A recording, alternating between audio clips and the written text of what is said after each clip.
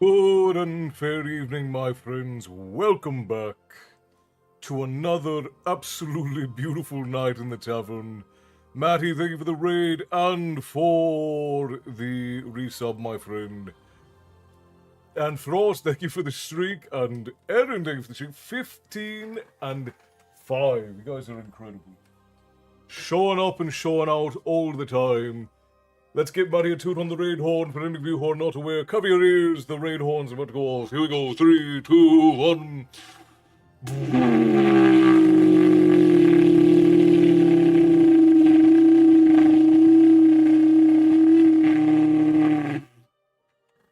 Welcome, welcome, welcome, my friends. Settle in. Let's see who all we've got in before we before we get rolling. We've got Erin, we've got Matty, we've got Teresa, we've got Frost, we've got old guard over here. Shadow Dancer is in. We've got old King Bear. The captain is in, but I presume she'll be falling asleep soon. We've got Georgia. We've got Fernando. Welcome in, my friends. So very glad that you could join us. Grab a seat and settle in. It is so very good to see you all. Milo is in. Well, regardless, it's wonderful to see you, love. I'm glad that you're all right. Old God. Tyson, hello, hello. We're quite well.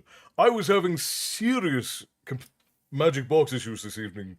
For some reason, everything wanted to update all at once, and I keep everything updated. But this morning, for some reason, when I...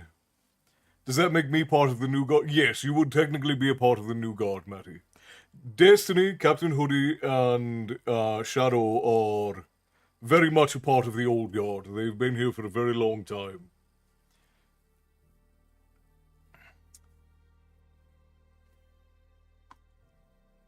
But Bear, I hope you're feeling all right after your spill. Calamitous is another of the old guard. He's been here a long time. And Gunnar too. Well, maybe, yeah. OG Taverners. They've been around for a good long while. But welcome in, everyone. It's good to see you all. I'm so very glad that you could join us tonight for Storytime. And yeah, Bear is an old new god. Yeah, see, there's Shadow. He's been here for 5 years, 1 month, and 20 days and 20 hours. It's doing hours now. That's insane. Yeah, 5 years, 8 months, 12 days. The flu has me down right now. I'm sorry to hear that, Will. I hope that you are resting and that you are making sure that you hydrate. Oh, the lady is over on Twitch. Kisses to you as well, my darling. Milo's been here for... You're coming up on... Well, you got about a half a year to you here for 2 years. Very good. Kayla, hello, love. Good to see you. Welcome in. So very glad that you could join us. Everyone, grab your seats and settle in. I'm working on my short... stories. Wonderful, wonderful. That's very good. You gotta put in the work. Cover's been here for 2 months and 4 days. Seems like you've been here longer than that, Hooper. I would have guessed longer. Erin is just past her 1 year tavernversary. Very good. All the babies, yeah. Frost is also coming up on his 2 year. Robert, hello, welcome in, my friend. Settle in, grab a seat. We're about to do story time. For anyone who is not familiar, who did not know, who is wondering, we are doing Darkness at Sethanon tonight. We are that far through. We are almost done with the book. We've probably got about another 2, maybe 3 weeks, because let's see, we got 269 to 429. So we have roughly 180 pages using quick, probably not correct maths. So we have 180. We do about 20 pages a night. So we've got nine sessions left, if my math is correct. Got about 9 sessions left. if we cover 20 pages a night, which, yeah, that's about 3 or 4 weeks. Got about 3 or 4 weeks left. We've got about the same amount for the next Harry Potter book. After that's done, we're going to take a week off from reading. We'll probably do just some community things. And then after that, we're going to plan out the readathon for sure. Coming up on it quick, though. 2 years in Twitch, I don't think this count. No, it doesn't count TikTok time. A lot of you did migrate over to the Twitch portal from TikTok, so you've been with the tavern longer than that. But your time definitely isn't counted from TikTok. Yeah. A lot of you took. Some of you were on TikTok for a full year before you migrated over to Twitch. I enjoy your content. It's my first time attending a live. My name is Coyote. Well, Coyote, I'm very glad to have you. Welcome in. I'm glad you enjoy the stories. I am Castle. This is my tavern. Faye Fox out there in the chat who said hello to you. That is my lovely wife Una. She is the lady of the tavern. And welcome in. I'm glad that you could join us. I'm glad that you enjoy the stories, and I hope you'll enjoy the reading. Well, you said definitely resting with a flagon of water ready. That's what you gotta do, my friend. When you're sick, it's rest. Because we talk about this often, but rest, proper hydration, a little bit of sunlight every day, and just a smidge of proper nutrition. You don't have to eat good all the time, you just have to eat good sometimes. Everyone is saying hello to you over on Twitch, lovely. So Grinch says, just wondering if this is your real voice. It is indeed, unfortunately, how I talk. Many people take great grievance with it, but when I open my mouth and push air through the mouth hole, that's the sound that I make. Now, my accent is a little bit adjusted. Now, I have sort of an odd Irish-adjacent accent, but I Americanize because my audience is broadly American. Most of the tavern folk are American. A good chunk of them. We have a small retinue in Australia and New Zealand, and then we have a very, very small retinue in the UK, and for the most part, everyone else is in the continental United States, so New York, Canada, United States, and Mexico. I started in TikTok and then YouTube because TikTok stopped sending me notice, and then in here, watched the day after Facebook and YouTube. Right, see, there you go. James Weber, hello, love your hairstyle. Does it take much to maintain? It does not. My lovely wife, she gives me a buzz about once every 2 weeks, along with grooming of my beard, and then I just do gentle scrubs and oils for my hair, and brush as one would expect to do. Yeah, everyone's saying hello to you over on Twitch, lovey. Makes me think of an older Gandalf. Gandalf's pretty old. Gandalf, well, how old is he? He's like almost 1,000 years old by the time we get to Lord of the Rings. You have a great storytelling voice. Well, thank you, Coyote. I appreciate you. I just wanted to share today. My 5-year-old decided he was going to hunt down one of our chickens. They got out. He was out there running around in his winter boots and undies in 45-degree weather. A man after my own heart. Well, I say stuff on Castle if they can't handle who you are. I appreciate you, man. Yeah, and that's pretty much the attitude. I used to very much try to justify myself to people. Now I'm just, if you don't like me, you don't have to watch the stories. I used to very much care about the affirmation of other people. Now I just tell stories, and if you like them, you like them. And as long as there's one person out there who enjoys the stories we tell in the tavern will stay open. That is all there is to it. It's becoming a beard to admire. Oh, thank you. Yes, I got a lovely gift from the bear, and it's helping to fill my beard back in. Corey says, "What doth thou entertain us today with, noble tavern owner?" Tonight we are reading from Raymond E. Feist's Darkness of Sethanon. It is the 4th book in the Rift War saga after Silverthorn, and during story times, for those of you who don't know, I don't pick the books for story time, you guys do. Every book is recommended and then voted on by the community, so you guys picked this, and we're almost to the end there. Gandalf was a Maiar. That means he's older than Middle Earth. Well, Gandalf as Gandalf, though, when he enters the body of the Istari, he's about 1,000 years old by the time we get to. Is what I was saying. I don't actually remember how old he is, so don't take my word at that. I'm not stating that as fact. But I think he's been around for like several hundred at least, but maybe up to 1,000 years before we get to the events of Lord of the Rings.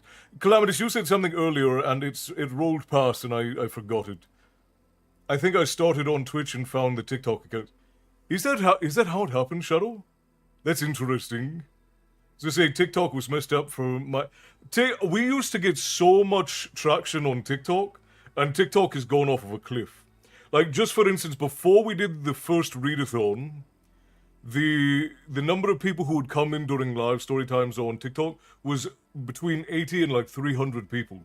Now, if 6, 7, 8, 9, 10 people get in over on TikTok, it's an average day, and 20 people is exceptional. How old do you think Castle is? I think a younger Gandalf. I would hope a younger Gandalf. I know my age is showing, but I love coming to your tavern and hearing your stories. Christabella, thank you very much for that. That's a lovely compliment. I'm glad you enjoy being here. We love having you, and it's very good to have you in. I hope you'll grab a seat, and you'll grab a drink and settle yourself in for us. Calamitous, you said, no offense, Castle, I'm unlikely to weep when an enemy dies, though I might mourn the fact that it was necessary. Well, then that's fair enough, Calamitous. That's more or less the point. Thank you, brother. I appreciate that. Yeah, I started watching on Twitch when you started playing AC Valhalla. Wanted to see a playthrough before I started one.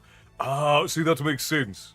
Makes sense. And my playthrough of Assassin's Creed Valhalla was hilarious.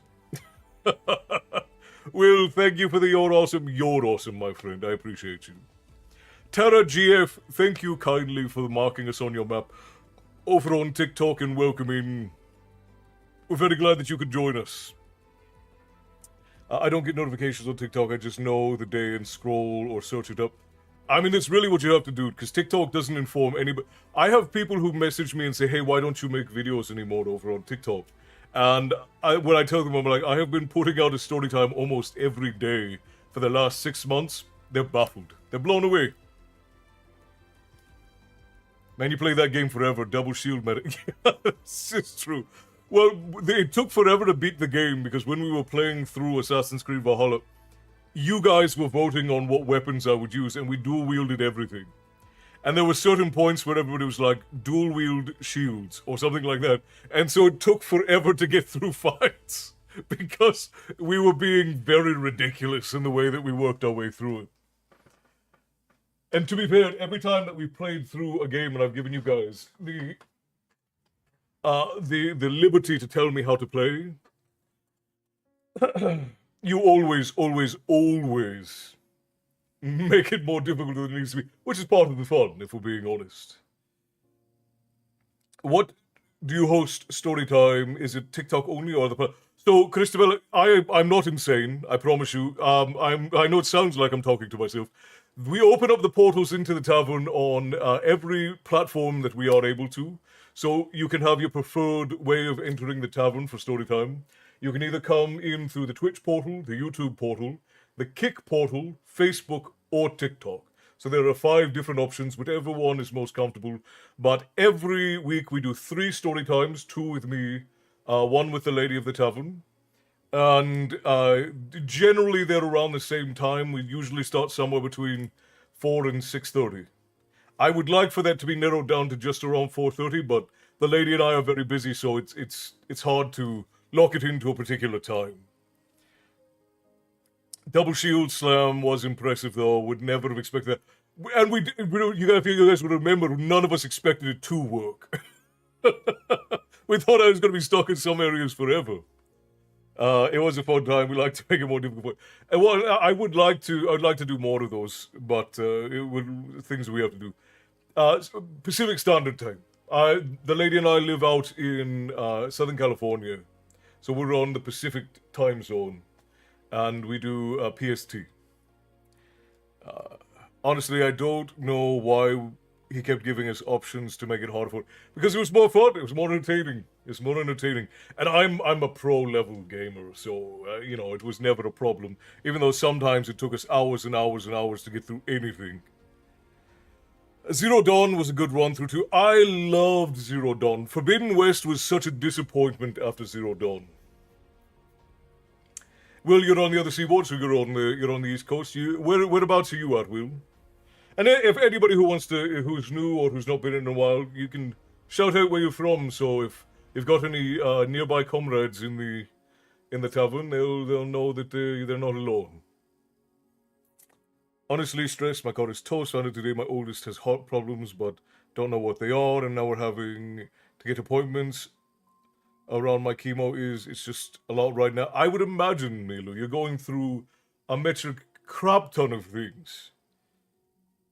So the important thing is to just make sure you take time to monitor your heart, yourself, whenever you can, to not let it overwhelm you. Green Bay. Wow. I don't think we've ever had someone in from Green Bay before. And Kentucky, we have, I think, 2 folk who are from Kentucky. My father grew up in Kentucky. He grew up around Louisville. I'm actually in a dual time zone situation. Interesting. What do you mean by that? Yes, we all know you're insane. You'd have to be to do this for us. The lady and I are probably both crazy. It would be fair to say that the both of us are crazy, because we put a lot on our plates, even though we know we can't eat it all. So it is our joy though. Clifton, Colorado. We do have a few folk out in Colorado. Howdy from Texas. We have a couple folk out in Texas. Hello from Central Ohio. Weird Al. That's not the actual Weird Al, I would presume. No, okay. I was gonna say, how strange would that be? I'm at the Eastern Time and Central Time divide. Oh, that's interesting. Individual who is called Aphid Snags over on TikTok is from Clifton, Colorado. Ads in 4. Thank you, Frost. I appreciate you. All right, so for all of our friends over on Twitch, we're gonna run ads. Oh, hang on. I just realized I was scrolled up.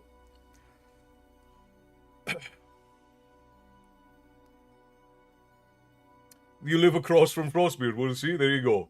Joey G, thank you kindly for the follow over on TikTok. You've marked the tavern on your map. You should be able to find your way back the next time that you seek a story. Joker, hello, my friend. Good to see you. Bobby, hello. Bobby's from Virginia. That's true. Erin is from DC, and Teresa's from South Carolina. All right, so all of our friends over on Twitch, we're going to run the ads real quick so that you get an hour without them. Again, sadly, Twitch makes us do this to keep the portal open, but it does lightly support the story times, and I appreciate you for sitting through it. We'll be back in 3 minutes, and then after that 3 minutes, we'll give it a start. I have a couple more things I want to talk to you guys about, and then we'll give it a start. Let's begin. All right. Somebody else came in. Styles Norton over on the Facebook portal says Lake George, New York. Lake George, Lake George, New York is way up north, isn't it? I might be wrong.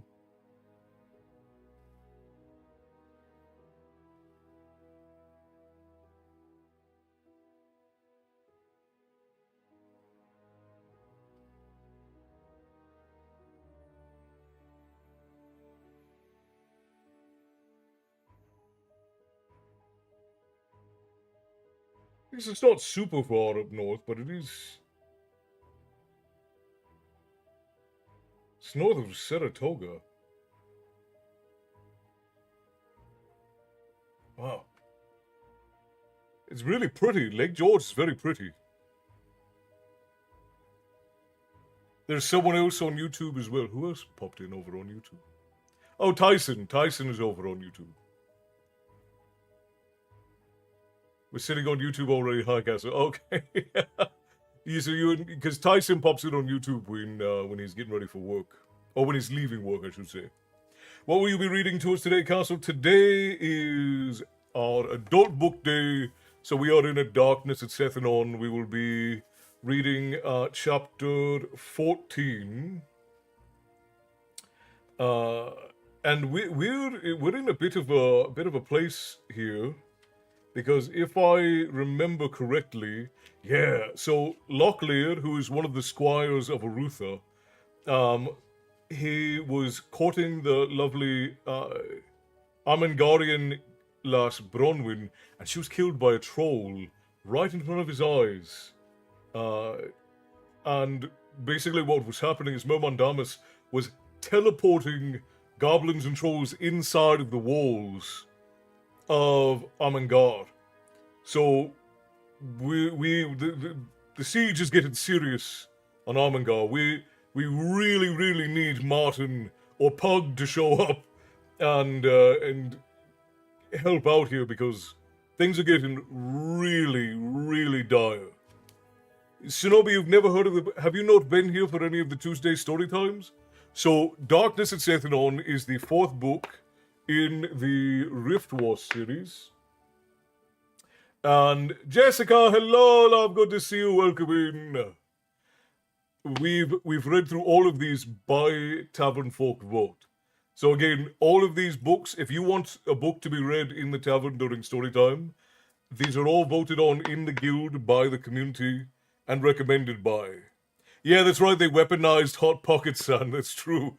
They just heated up a whole bunch of sand and flung it out at people, which, by the way, is a sort of terrifying medieval weapon that is also a part of why nuclear explosions are so horrible, because they superheat sand and send it flying out. So you have superheated dust and sand that flies out all around, and that's what causes the vast majority of the damage post an explosion. Even fire bombings, the hot sand is more dangerous than almost anything else after the initial explosion. But yeah, so this is a sort of a sci-fi medieval fantasy that is based in a European adjacent world, where at one point the primary antagonist was like a Egyptian, Mesopotamian, Japanese-inspired world. It's very fascinating. If you like high fantasy, I strongly recommend the Rift War series. I had never read it before, and honestly, if we did not read it on Storytime, I probably wouldn't have read it, because the first book is very slow. It's good, but it's slow. It's a very slow burn. It takes about 250 pages for the book to really get going, but it is worthwhile. No, life's been lifting so far all last year, not great. I'm always available on Thursdays. Oh, so you make it in for Harry Potter, but you're not quite around for this then. Hello, I'm Korean and a book writer. Nice to meet you. Well, hello. Do you have a name? Do you have a name? I can see that your name is in Korean.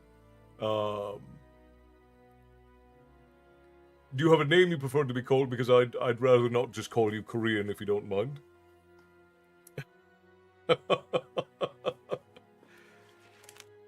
Well, that's all right, Tsunami. I'm grateful that you make it in whenever you can. Have you ever heard of the Alvin Maker series? No, I have not. Give us a breakdown. I first started to read them because a friend of mine had the RPGs based on them in the early 90s, and I really liked the games. Herring, good to see you. Welcome in.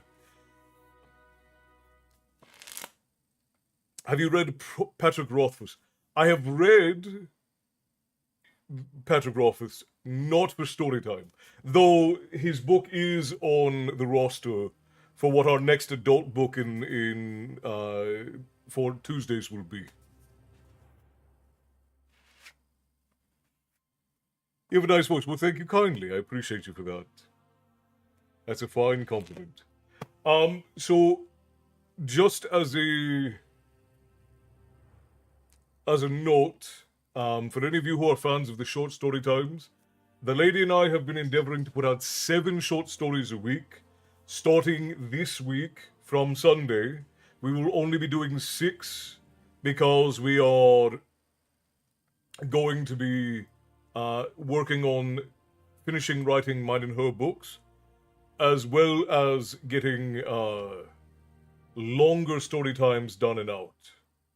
So there'll be one less short story time per week, but we will have in exchange there will be a longer story time at least once every 2 weeks, and then we'll also be working on the Twisted Fate series as well as a couple of other things. I'm Korean and I live in Korea. Well, there you go. Well, welcome in. I am Castle, this is my tavern, and here we talk about myth and lore and tales of yore, and every now and again I read you all a bedtime story. You're welcome to settle in, and Callan says you're the man. Well, thank you kindly, my friend. That's a fine compliment. I appreciate you. Grab a seat, settle in. We're getting ready to start for story time. So, for those of you who are a fan of getting a new story every day, I do apologize, but the lady and I only have so much time, and we really want to get out longer story times for everyone, as well as making sure that we are working on the other projects that you're all very excited about. For anyone who's new, the lady and I are working on a series called Twisted Fates, which is where I write the characters and the world, and you all decide the fate of those characters. So I write a chapter at a time, we put it out, you guys decide what the characters will do next, and that is one of the things that we'll be working on. Ben Shea, thank you for the lightning bolt, my friend. Tips of the Tavern Keeper are always appreciated. The other one is we're working on a young adult series based on Grimm's fairy tales. We're also working on a children's series about a young girl and her companion. We'll keep it at that for now so we don't spoil anything for anybody who doesn't always know. And then the lady is also working on a story, and we have an encyclopedia of mythological creatures that is also coming out, but that's a much longer project, so we don't quite know then. Elven Maker is set in colonial America, but with European pagan magic involved. Interesting. If you can send me a link to it in messages, Coyote, I'll take a look at it. I promise to always be available both days, Thursdays and Tuesdays. You don't have to promise that, but I will be grateful if you're able to show up. Hey, remember Choose Your Own Adventures book? That was the inspiration for it, more or less, Herring. I thought, how fun would it be to have like this giant game of D&D that's also sort of a Choose Your Own Adventure book, but the whole tavern gets involved in it. It's a very exciting prospect. I think the meaning is important because I'm writing a poem. Indeed. Hellshound, hello, good to see you, my friend. One day you should do. Eragon is on the list. Eragon is on the list for the family-friendly ones. Very likely, Eragon will be the family-friendly book that gets into the rotation after the readathon at either the end of this month or the beginning of January. Beginning of February, sorry. Oh, that's right. We also have a writing competition going on. Month 2 of the writing competition just ended. I'll be announcing the winner for that one soon. And then the new prompt I have to put out is coming a little bit late. But if you want a chance to write a short story in a contest, get that story into a Tavern Tales collection and then published into a real book at the end of the year. That will also include stories written by the lady and I. Then that's something we have going on. So you will have a chance to do that. I'll make the announcement for the next prompt in the next day or two. For anyone who is a writer and who wants to do it. And they're going well, Jessica. Thank you for asking. Ben, thank you for the heartbeat. And Will, thank you for the TikTok. Tips to the Tavern Keeper, always appreciated, my friend. Any suggestions or someone wanting to write but can't seem to get anything started? Asking the group as well. When you want to write and you can't get anything started, my advice is just write something. I know that sounds like it's self-defeating. Just write something. It can be absolutely terrible. It can be dreadful. But just get something down on paper. You can write the worst story ever. You can be like, a fox wore a hat and went to get lemonade at the grocery store. Like, it can be absolutely terrible. But just get into the motion of writing something. And if that doesn't work, try doing it in a different locale. Like, go out somewhere where it's peaceful, or if noise is inspirational to you, go out and go somewhere where you feel at home, where you can feel concentrated, and just write. And if you're out and about, write what you see, and then take that thing that you see, and then write something different about it. So if you see, like, a woman was jogging along the path, you can say, a woman was running from her fate. So do things like that, and it's a practice. Because writing is not about inspiration. Writing is not about sudden strikes of brilliance. Writing is a craft. Writing is a discipline, and it is an art, and you have to be disciplined to be good at it. I hope that helps. Good, it's good to see you, Helltown. I'm glad you dropped back in again, my friend. I write what I want, what wants to come out.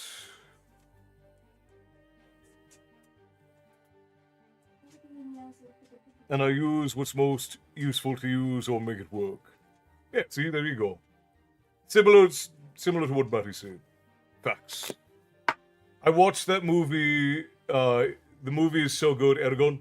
The Eragon movie is so disappointing compared to the books, though. I know there are some people who like the Eragon movie, but it's so disappointing in comparison to the books. I enjoy hearing the stories. Well, let's get into the stories then. I think I've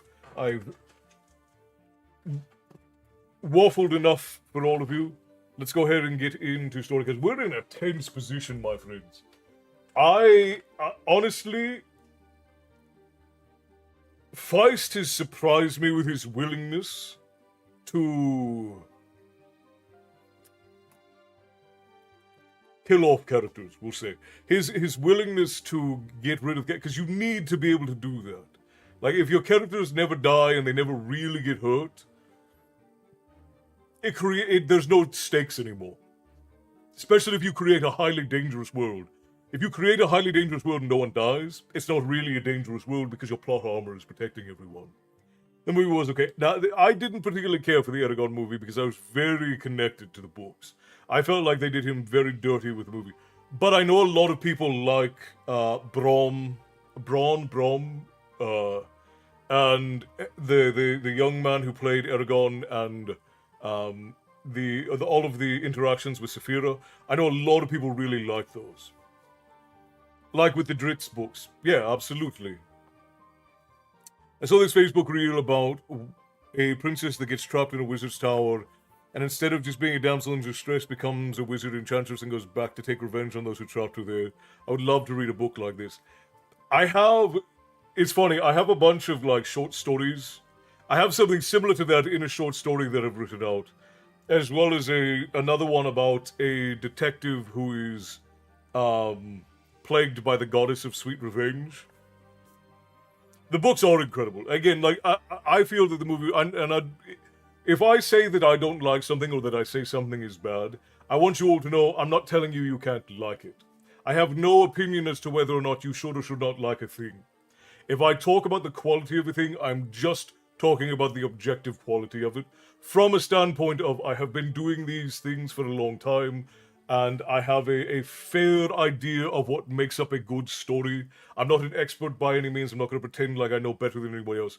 From my perspective of objectivity, what I believe objectivity to be, based on what quality is how I tend to judge things. And while I may like some things that are terrible, I will generally try to judge a thing as being good or bad based on whether or not it is good or bad, not whether or not I like it. Rain, you said, hello, Castle, what are we reading tonight? We are reading Darkness at Sethanon by Raymond E. Feist. And just last week, the siege by Myrmandamus, who was like this demigod who was trying to take over the plain of Midkemia, he started a siege on Armangar, which is the last great city between Myrmandamus and the kingdoms of the Isles. So we're in for a heck of a thing. We're in for a heck of a thing tonight. Alice, hello, welcome in. Well, you're in the right place. Grab a seat, settle in. Fill your drinks. I went to say fill your mug and fill your drink at the same time, and it came out fill your drunks.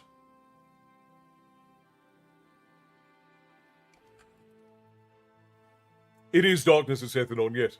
We've actually read through... Alice, I don't know if this is your first time in or not, but we've actually read through the whole series, and it was all voted on by you guys. I read whatever the tavern patrons want me to read. Alright, boys and girls, here we go. Back, sorry, had to stare at my cat so he would eat. Yeah, we've got that problem. Yeah. I did plug the drive into your box, lovey. Oh, so they're not transferred over? They are. They're on the drive. They're on the removable drive. Okay, so not transferred over. Not transferred over, but they won't take long to transfer because they're Yeah. it's not in.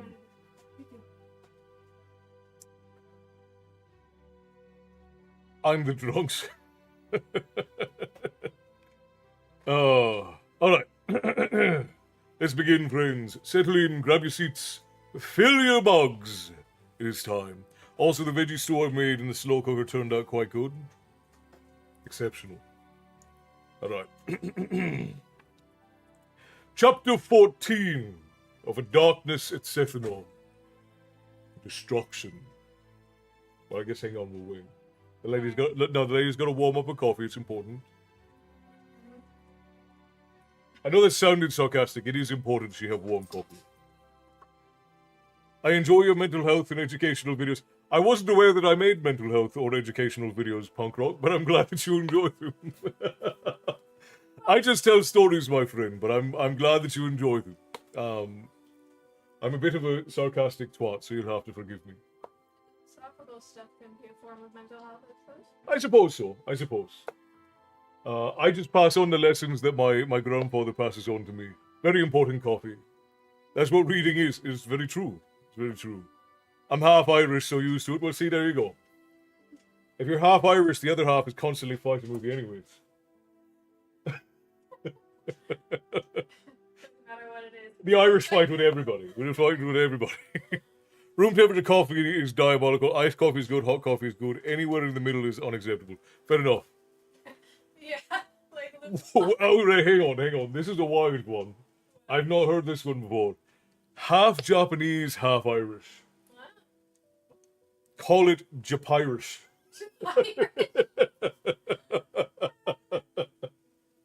That's wonderful. That's brilliant. Half Japanese, half Irish.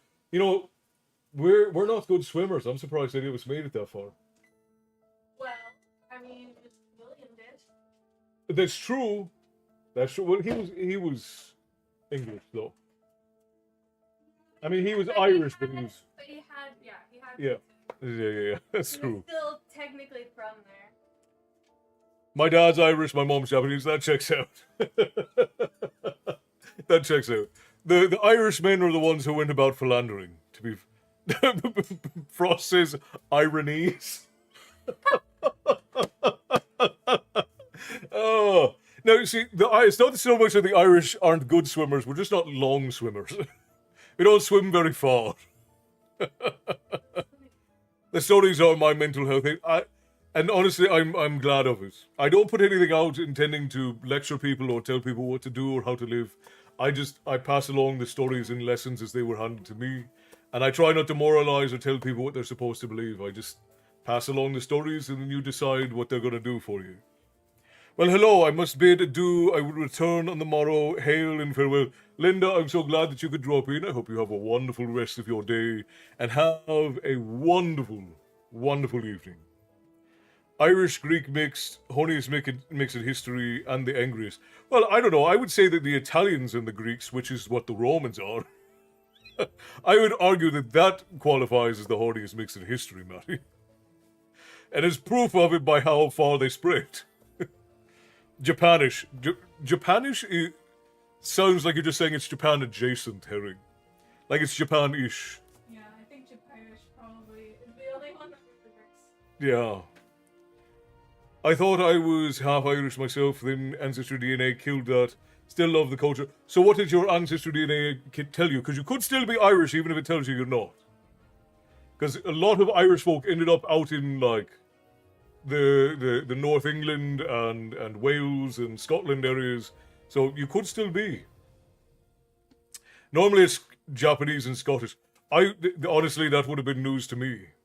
I'm here while you're live, gonna lurk and play Bloodborne. Oh, what a legend! Punk Rock Wolf playing the Soulsborne games and enjoying Storytime. Absolute legend. Absolute legend. Has anyone seen the Japanese Scottish guy on TikTok? Gunnar literally was what Punk Rock Wolf just said. Was Japanese and Scottish is normally what it is. The house just got to have great food. Yeah, I was fair enough. I might be the pastiest mutt. Irish, English, Scottish, and German, says Harry. Yeah, that's about as white as you can get. That's about as papery as you can be without being actual paper. Herring. Herring is so white, we're gonna have to start calling him stationary. French Canadian, just like 3% Irish, 7% Scottish. Well, yeah, that is. If you're French Canadian, then there's no chance you're Irish, unless you're from Newfoundland. In which case, then you might be a little bit. Beat Elden Ring twice and the DLC once. Hey, there you go. I beat Elden Ring 3 times, and the DLC once. I wasn't gonna do Consort Radahn twice. And I've played through all of the other ones, and my son, actually, he's platinumed all of the Soulsborne games. So, my ethnicity is Ghost. Yeah, fair enough, buddy. Fair enough. Although, Greeks are Mediterranean, so Greeks are not quite as... You know, if you're Macedonian or Mediterranean, you're not quite as there. I guess so. How you doing? It's Paul from Oxford. I hope you're doing well. Paul from Oxford. Well, thank you kindly for the tip, Paul. Well, welcome in. Have we spoken before? I know there are quite a few Pauls in the community. Have we spoken before, Paul? Thank you kindly for the tips to the Tavern Keeper for the super chat. I appreciate you for that. Tips to the Tavern Keeper are always appreciated. Have we spoken before, my friend? Which Paul? Remind me of the conversation. I don't want to... I tend to remember everyone I've had conversations with, and I try to remember contextually who everyone is. So, just let me know. But thank you kindly. That's very generous of you. Beat Dark Souls 1 and 3 in the DLCs once was... No, yeah, that's fair enough. Fair enough. I gave up on 2. I never made it through 2, and I beat 3 way back in the day, so it was a long time ago.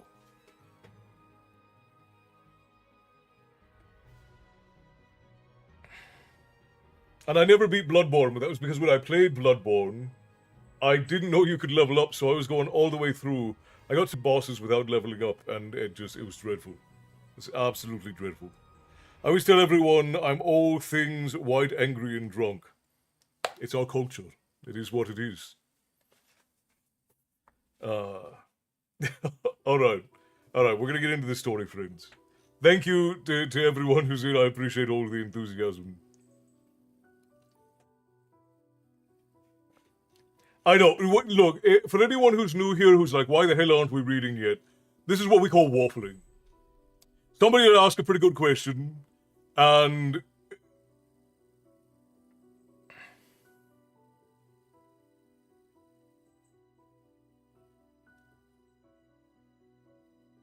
I think we met when you came down to Oxford.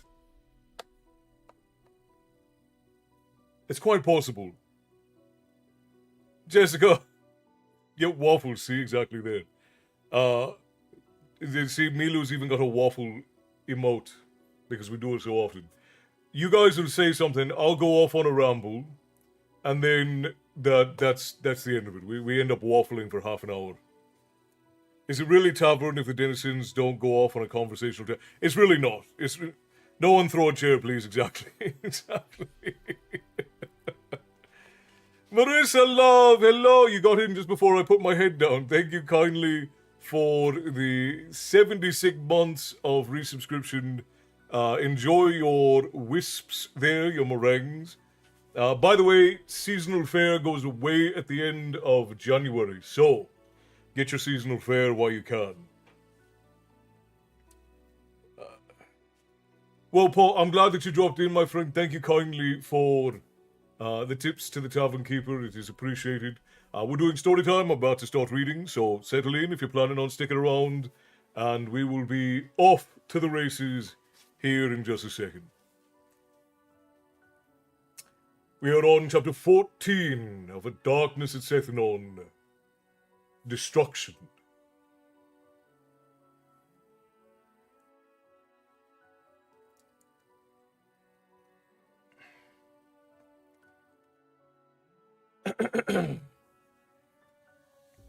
Charlie says, I just stumbled upon one of your videos and it put a smile on my face.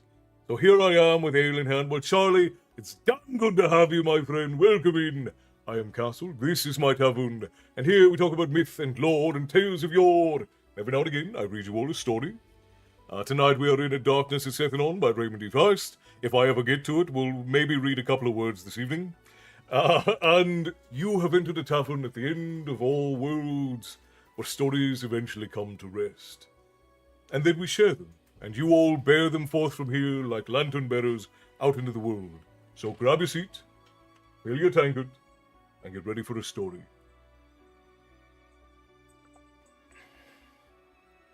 If I fall asleep, good night, everyone. I can't tell if I'm going to or not. All right, Milu, if you do fall asleep, rest well, and may you rise tomorrow, ready to conquer the day. Rest well, love. John T, hello, good to see you, meat in hand. That's where it ought to be. All right. Last time. Chapter 14 of A Darkness at Sethanon, Destruction. So what's the type of coffee? Oh, the lady only drinks Death Wish. I don't drink the coffee, I drink 2 parts hydrogen, 1 part oxygen. That's my drink of choice every evening. Alright, here we go. The wind blew dust across the wall. Arutha squinted as he watched the riders move along the lines of the assembled host, heading for Myrmidamis's banner. The attacks had continued undebated for 3 days before ceasing. Some sort of war council was being held in Myrmidamis's camp, or so it seemed to Arutha. For an hour the conference had been taking place. Arutha considered the situation. The last assault had been intense, as much as any before, but they lacked the disquieting element of the sudden appearance by those warriors transported by magic inside the walls. The lack of magic assaulted Arutha. Yes? What does he even ask? If you don't hush, you're gonna have to do work. And I know you don't want to do that. Alright, now you gotta work. I told you needed a shush. Hang on, I'll be right back. Told you to shush. Come here. You little monster. Come here. Come here. Where are you going? I'm gonna get you. I'm gonna get you. Come here.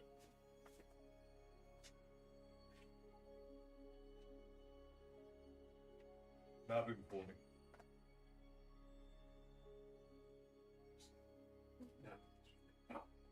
Come in. Where are you going? Go. Oh, good. Yeah, crawl into the tunnel.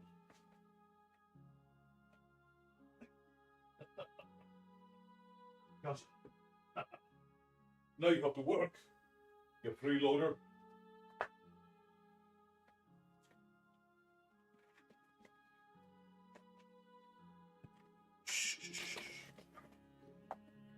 Stop being so hyper. Calm down. This is Milo, everyone. He's one of the 3 beasts of the tavern. And, they're all very handsome, but none of them are very smart. Michael, hello! Good to see you. Welcome in. This is Milo. He's a Bengal. He's what, 9 months old? And he's massive. You can see he's an absolute unit.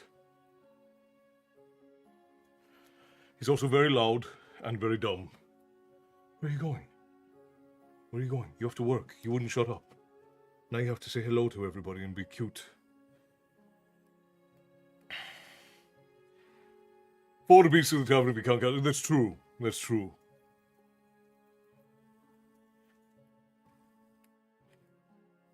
Alright, you're free to go. Get out of here. Stop being loud. Now he's all hyped up. Because I was chasing him around the house and I was all hyped up. Oh. Yeah, he is big. He's a big boy. He's almost a half size bigger than Milo is. He's huge. I is the captain of Scrap's disposal. Yeah, more or less. He's a nut. Alright, sorry, back to the story.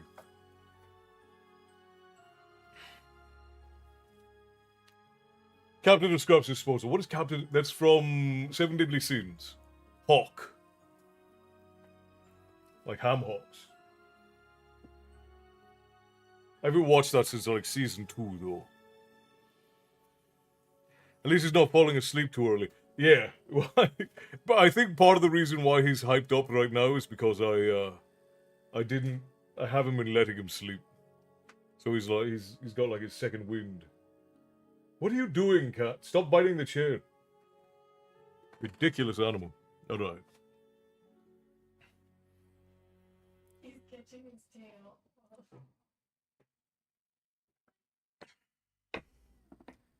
No, I am, meow. Alright.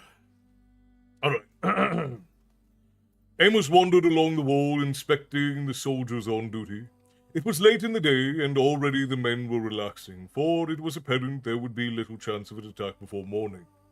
The enemy's camp was not standing ready, and it would take hours for them to muster. Amos reached Arutha's side and said, "So then, if this is your command, what would you be doing?" Had I the men, I'd roll out the bridge, sally forth, and hit them before they could marshal their forces. Mandamus pitches his command post far too close to the front, and without apparent thought, a company of goblins has been moved down the line, leaving an almost clear path to his pavilion. Lead with mounted archers, and with luck, you could have several of his captains dead before they could organize resistance. But by the time they were roused, I'd be back inside the city. Amos grinned. "Well, what a bright lad you are, Highness. If you want, you can come play with us." Arutha regarded Amos questioningly, and the seaman inclined his head. Arutha looked past him to the bailey and saw horsemen riding into position before the inner gates of the Barbican. "Come along, I got an extra horse for you." Arutha followed Amos down the stairs to the waiting mounts. "And what if Mandamus has another magic trick to toss at us?" "Well, then we all die, and Guy will be sad for having lost the best company he's had in the last 20 years. Me." Amos mounted. "You worry too much, lad. Have I told you that?" Arutha smiled, his crooked half-smile as he mounted. Guy, waiting by the gates, said, "Be doubly careful. If you can hurt them, fine. But no heroic suicide assaults. Just on the chance to get at Mandamus. We need you back." Amos laughed. "When I am the last candidate for hero you're ever likely to meet." He signalled, and the inner gate was opened. The rumble of the bridge being run out could be heard as the inside inner gate closed. Suddenly, the outer gate swung open, and Amos was leading the company out. Quickly, outriders took their positions on the flanks, as the main element of Amos's forces advanced upon the besieging army. At first, it was as if the enemy didn't understand what a sally was being undertaken, for no alarm was given, and almost upon the first element of Mandamus's army, when a trumpet sounded. By the time the goblins, trolls, and trolls were scrambling for weapons, Amos and his riders were racing by them. This stinks to me of something going terribly wrong. Gent, I don't know if you are in. Oh, you are. He was probably thinking that he could read the story better than you can. LOL, cats be like that. They do be like that. Gent, or is it Gen? Gen Torango? Torango, you'll have to forgive me. I'll call you Gen for right now. Thank you kindly for becoming a member over on YouTube. Tips to the Tavern Keeper are always appreciated. Thank you kindly. Sind Hinkle. Bless you as well, my friend. Welcome in.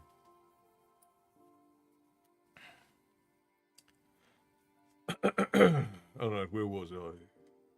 Is YouTube terribly far behind? It seems like it's terribly far behind.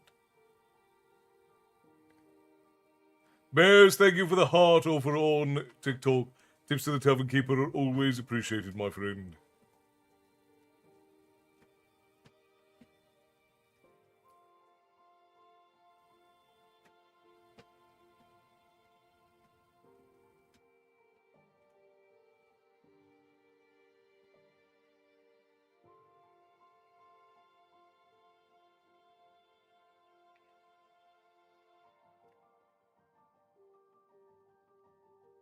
Hellshound, thank you for the prime over on for the sub. Enjoy your Harvest Moon cider there. It's backwards. Enjoy your Harvest Moon cider. Thank you kindly, my friend. Tips to the Tavern Keeper, always appreciated the support. We thank you for it.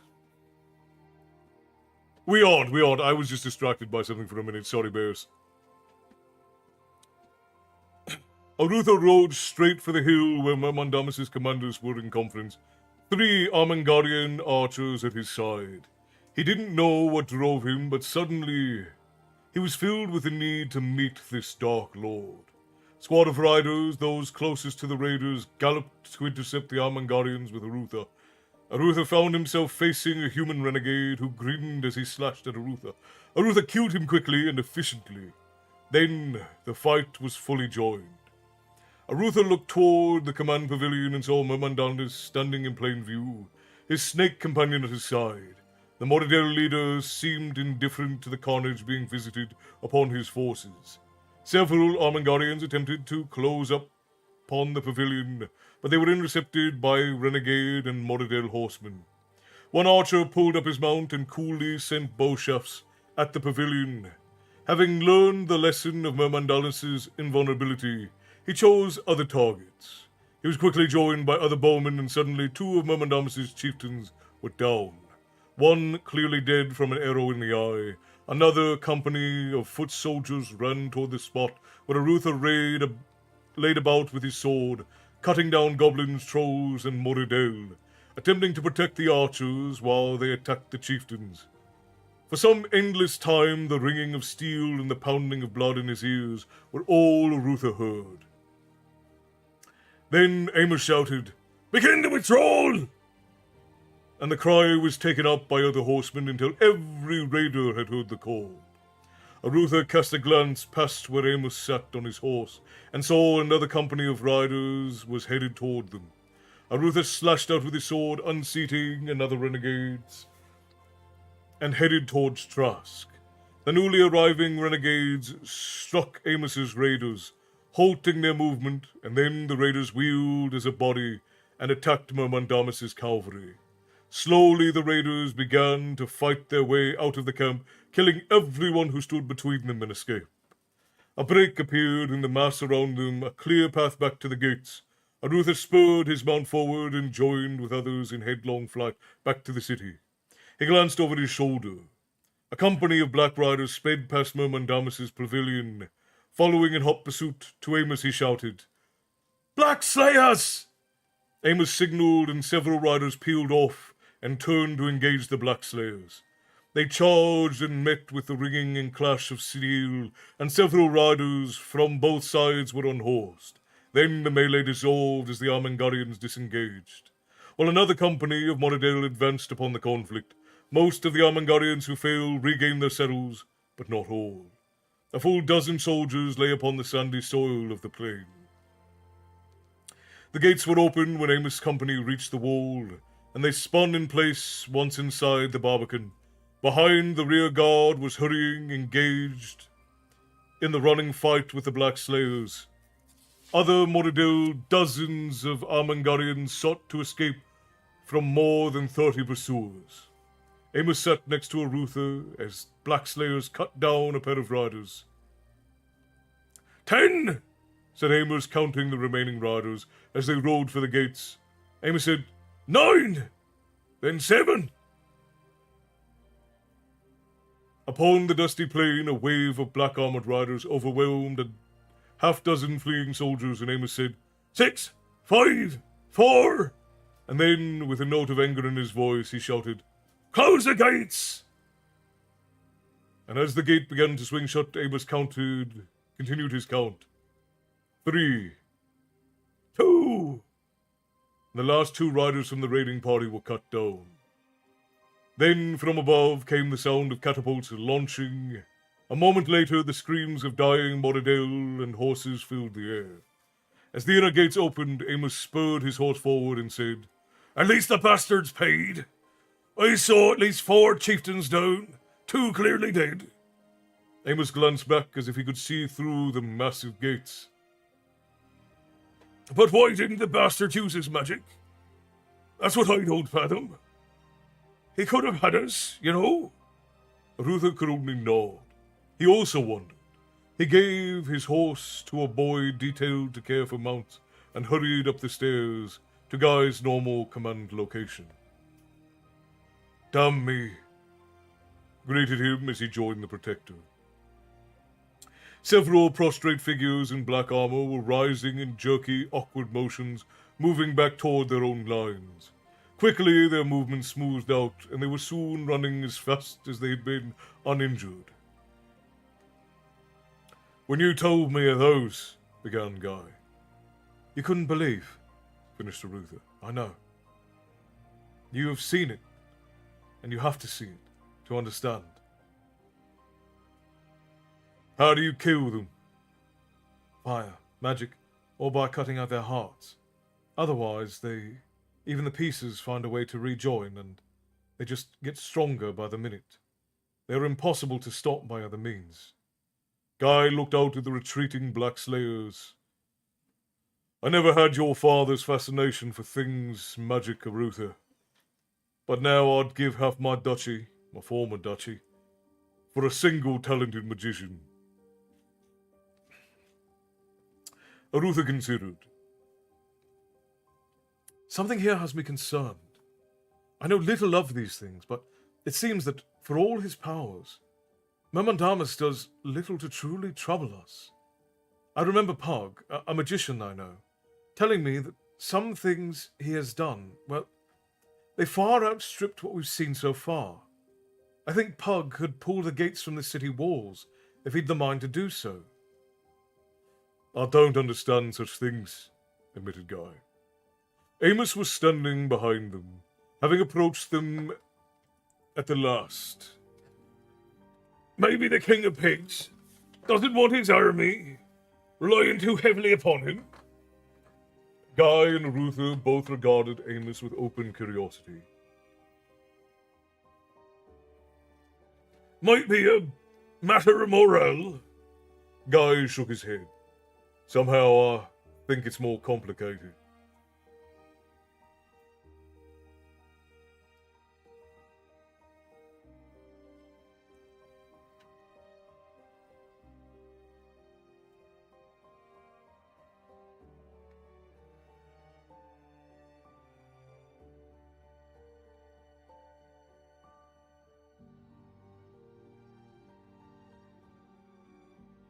Arutha watched the confusion in the enemy camp.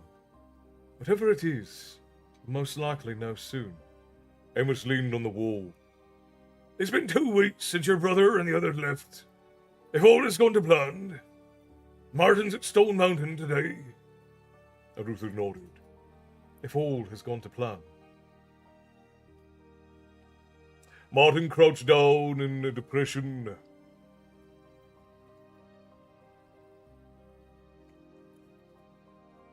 We've changed scenes now with Martin, who is Arutha's elder brother. Didn't know you could link streams between YouTube and Facebook at the same time. That's an awesome to learn.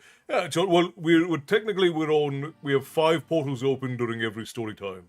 You can join us through your preferred portal, which is either Facebook, TikTok, Twitch, Kick, or YouTube, whichever you prefer.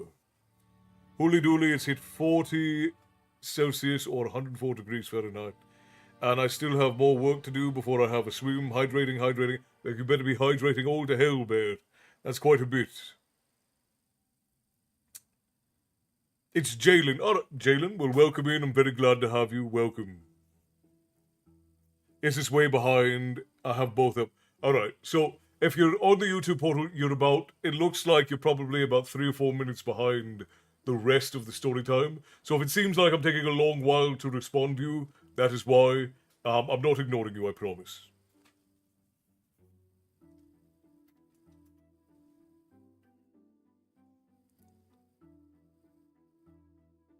Things are definitely going sideways, Jalen.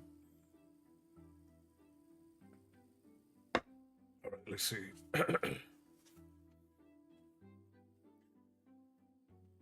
Martin crouched in the depression, his back tight against the wet granite. The scraping sound of boots on the rocks above him told him his pursuers were looking for signs of him. He held his bow before him, regarding the broken string.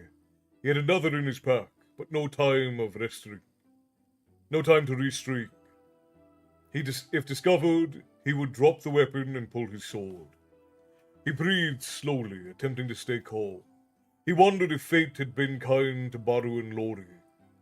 2 days before they had reached what appeared to be Yabon Hills proper, they had seen no sign of pursuit until today, when, a little after sunrise, they had been overtaken by a patrol of Mermandamus's riders. They had avoided being run down by climbing up into the rocks alongside the trail. But the Moradel had dismounted and followed. By poor choice, Martin and the others were on the opposite sides of the trail, and Lori and Baru were forced southward while Martin ran to the west. He hoped they had enough sense to continue south towards Yabon, and not attempt to rejoin him. The chase had lasted throughout the day. Martin glanced upward, noting the sun, moving behind the mountains. He judged only 2 more hours of light left. If he could avoid capture until dark, he would be safe. The sound of boots grew faint, and Martin moved. He left the shelter of the rocks. Overhead, scampered along at half crouch, half run, following the rill upward. He judged he was close to Stone Mountain, though he had never come there from the northeast before. But some of the landmarks looked vaguely familiar. And had he not had the other concerns to occupy his attention at this time, he was sure he could easily find the dwarves. Martin rounded a curve, and suddenly a Moradel warrior loomed up before him. Without hesitation, Martin lashed with his bow, striking the dark elf in the head with a heavy yew weapon. The surprised Moradel staggered, and before he could recover, Martin had his sword in hand, and the Moradel lay dead. Martin spun about, seeking signs of the Moradel's companions, and he saw movement, but couldn't be sure. He quickly hurried upward, and then discovered another bend. Peering around the bend, Martin found a half-dozen horses tied. He had somehow managed to double behind the pursuers and stumbled across their mounts. Martin ran forward and gained the saddle of one of the horses, and used his sword to cut the reins of the others and slapped them all across the flanks with the flat of his blade, driving them off. He spun his horse and spurred it forward. He could race down the wash and reach the trail, and then he could outrun the Moradel to the Stone Mountains. A dark shape launched itself from atop a rock as Martin rose past, dragging him from the saddle. Martin rolled and came up in a fighter's crouch, his sword out, as the Moradel did the same. The 2 combatants faced each other as the Moradel cried out in a harsh elven dialect to his companions. Martin attacked, but the Moradel was a skilled swordsman and kept Martin at sword's lengths. Martin knew if he turned to flee, he'd get a blade in the ribs for his trouble, but if he stayed, he'd soon be facing 5 Moradel. Martin kicked rocks and pebbles at the Moradel, but the warrior was an experienced fighter who moved sideways, avoiding dust in the eyes. Then the sound of boots pounding over the rocks could be heard from both directions. The Moradel shouted again and was answered from Martin's left. To the south. From the right, the sound of armor and boots grew louder. The Moradel's eyes flickered in that direction, and Martin launched his attack. The Dark Elf barely avoided the bow, getting a slight cut in the arm. For his troubles, Martin pushed his slight advantage, and while the Moradel was off balance, struck out with a risky thrust at the left. That left him open to a riposte if he missed. He didn't. The Moradel stiffened and collapsed as Martin pulled the blade free. Martin didn't hesitate. He leapt for the rocks, seeking the high ground before he was overrun from both sides. Moradel warriors came rushing into view from the south end of the wash, and one had his sword back to slash at Martin. Martin kicked out unexpectedly as the warrior ducked, causing him to mistime this blow, and then equally unexpectedly, a hand reached down and gripped Martin's tunic. A powerful pair of arms lifted the Duke of Crary and dragged him up over the lip of the wash. Martin looked up to discover the grinning face of a thick red beard regarding him. "Sorry for the rough handling, but things are about to get nasty down there." The dwarf pointed past Martin, who turned to see a dozen dwarves dashing down the ravine from the north. The Moradel saw the superior numbers of the dwarven warriors and turned to flee, but the dwarves were upon them before they moved 10 yards. The fight was over quickly. Another dwarf joined the one at Martin's side. The first handed Martin a water skin. Martin stood and took a drink. He looked down at the pair of dwarves, the taller, barely 5 feet, said, "Thank you." "No bother. The Dark Brothers have been poking about here late, so we keep this area heavily patrolled. As we have guests," they indicated some dwarves who were climbing up to join them. "We've no shortage of lads willing to go out and have a bash with him. Usually cowards run, knowing they're too close to our home, but this time they're a mite slow. Now, if you don't mind me asking, who might you be and what are you doing in the Stone Mountains?" Martin said, "This is the Stone Mountains." The dwarf pointed behind Martin and the Duke turned about. Behind him, above the edge of the wash, he had crouched in. A stand of trees reared up. Following the woods, he saw they blanketed the sides of the great peak that rose high into the clouds. He had been so intent on the pursuit of the last day, so intent on hiding, that he had seen only the rocks and the gullies, and now he recognized the peak. He was standing within half a day's walk of Stone Mountain. Martin regarded the assembling dwarves. He removed his right glove, displayed his signet. "I am Martin, Duke of Crady. I need to speak with Dogan." The dwarves looked skeptical, as if it was improbable that the lord of the kingdom had come in this fashion to their halls. But they simply looked to their leader. "I'm Paxton. My father is Harthorn, war leader of the Stone Mountain clans, chieftain of the village of Delmoria. Come along, Lord Martin. We'll take you to see the king." Martin laughed. "So he did take the crown?" Paxton grinned. "And a matter of speaking. He said he'd take the job of king after we nagged him for a couple of years. But he won't wear a crown, so it sits in a chest in the long hall. Come along, your grace. We can be there by nightfall." The dwarves set off, and Martin fell in beside them. He felt safe for the first time in weeks, but now his mind returned to thoughts of his brother and the others in Armengar. How long could they hold, he wondered. Alright, let's see how much longer we have to go in the chapter. Ooh, this is a very long chapter. We got another 20 pages in this chapter. It's going to be very long.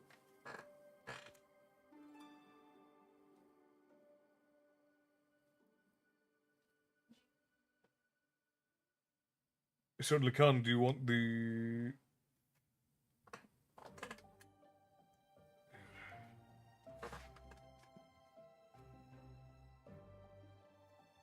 Sorry guys for the view of my underarm.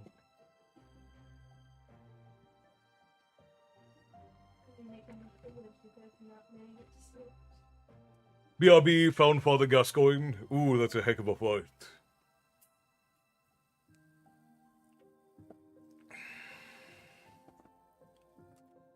It's more of a sparkling mineral water than beer. I'm not entirely insane.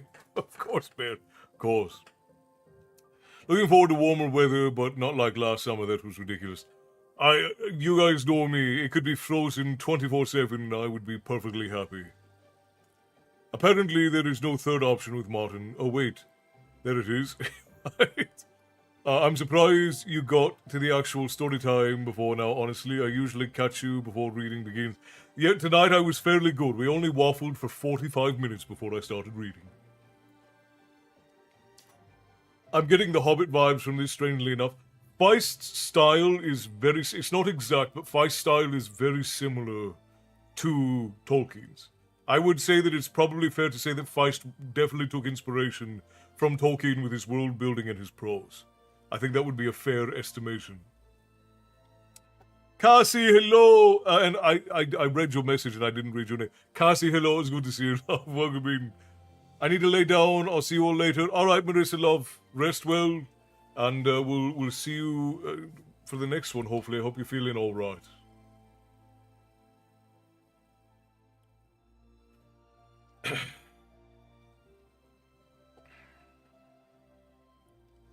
All right, we've got 20 pages left in this story, so we've got a ways to go. Hang on, let me see real quick. How much longer we have over on? So, all right, it's a good thing I stopped. So we're in a good place to stop. We're gonna run ads for our Twitch friends so that they don't get the story interrupted for them, and then we'll pick back up with story time. So we're gonna take a three-minute break. 3-minute break.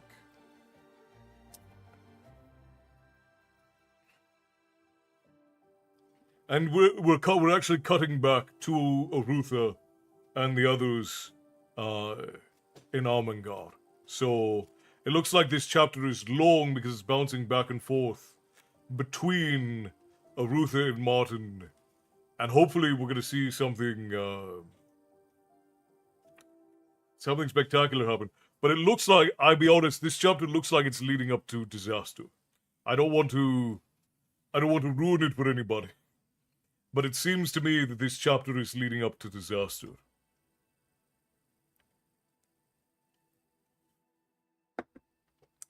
So we're gonna have to be mindful of our hearts.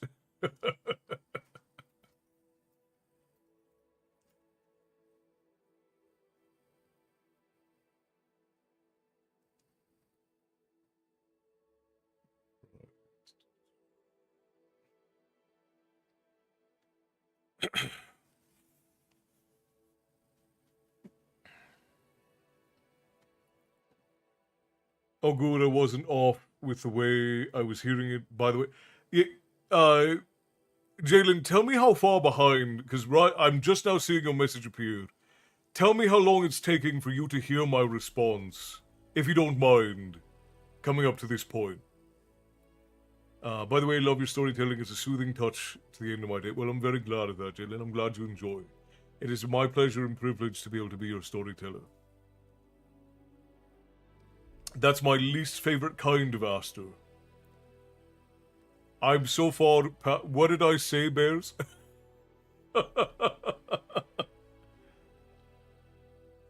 Herring, Feist lists Fritz Lieber as a big influence, as well adventurer writers as Dumas and Stevenson. And historical writers like Schellenberger and Renault. Oddly enough, not Tolkien, though. Well, I would... Oh, disasters, right. So, I would... About a minute or so. Okay, excellent. Thank you, Jalen. I appreciate you for that. I would argue that in the time, because a lot of these books were, like, written in the 80s and 90s, I would argue that a lot of people were trying to avoid being in the shadow of Tolkien. So, there are a lot of authors, I would presume, who didn't want to be compared to him. So it's not surprising that an author wouldn't voluntarily compare themselves to Tolkien, or write as Tolkien being an inspiration. Yeah, so bears with a plural bears is over on TikTok. Bear, singular bear, is over on Twitch and Facebook.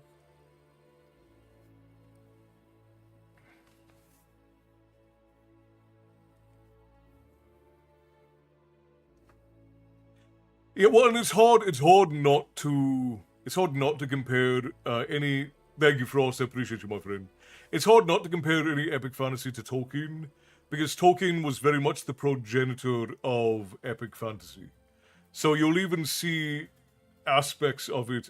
So it's not even. It wouldn't even necessarily be fair to say that it's all Tolkien, because it might not even be that it is necessarily Tolkien that started it. Maybe that's just what the archetype, that's how it manifests. But because he was one of the progenitors of epic fantasy, anytime you read epic fantasy, it's hard not to see him in it, because he was one of the first ones to do it. I enjoy both their work in much the same way. Yeah, I agree, Herrick. I've been enjoying Feist quite a bit. His love scenes, his like romantic scenes, they make me uncomfortable. Just he writes them in a very uncomfortable manner. But other than that, I think that Feist is an exceptional writer. I like his work a lot. Bear of Twitch says hello to Bears of TikTok. My Wi-Fi sucks tonight. I'll try to catch you on the next one, Castle. Hail and good night. Coyote, I appreciate you for dropping in, my friend. It's very good to have you. I hope that we'll get to see you again. I hope you rest well. I hope your Wi-Fi treats you better on the morrow, and we'll look forward to seeing you next time, my friend. Have a good night and rest well. Facts, that's really strange. Yeah, well, and again, I've said this before. I don't particularly care for like overly detailed love scenes or into scenes of intimacy, especially when it borderlines on smut. I just don't care for it. To me, it feels like I walked in on something that I shouldn't be privy to. So I just don't particularly care for it. I can't think of a situation that wouldn't be improved by more bears. Neither can I. Neither can I. That one love scene was atrocious. Yeah. Don't look at my library. And I acknowledge a lot of people like to read like spicy romance. So like it's really just on it's my personal preference. Like there's a reason why romance is one of the most read genres that there is. But romance scenes in general, I feel, are generally not written very well, and so I don't typically like them. And I think that it's very difficult to get romance to serve a story. Like, you have to work very hard to make a sex scene serve a story, and that's in film, that's in television, that's in games, that's in books. It's very hard to get that to serve the story. It's usually there to be gratuitous, unless the story is specifically about that, in which case it is it's a different genre entirely. World building is an art form in and of itself. I've been creating my own characters, etc. A lot of it for me is creating a place that I relate to, and from my own lived experiences, which is, I think that that's fair to say of most writers. Most writers write from their experience. Even though Tolkien hated allegory, there were a lot of things that were reflective of his real life in his work. So even though he didn't write allegory intentionally, he did most definitely write things from his perspective, from his experience. So a lot of things were respective of his perspective and his experience, but he was one of the better ones at not imposing that, I would say. I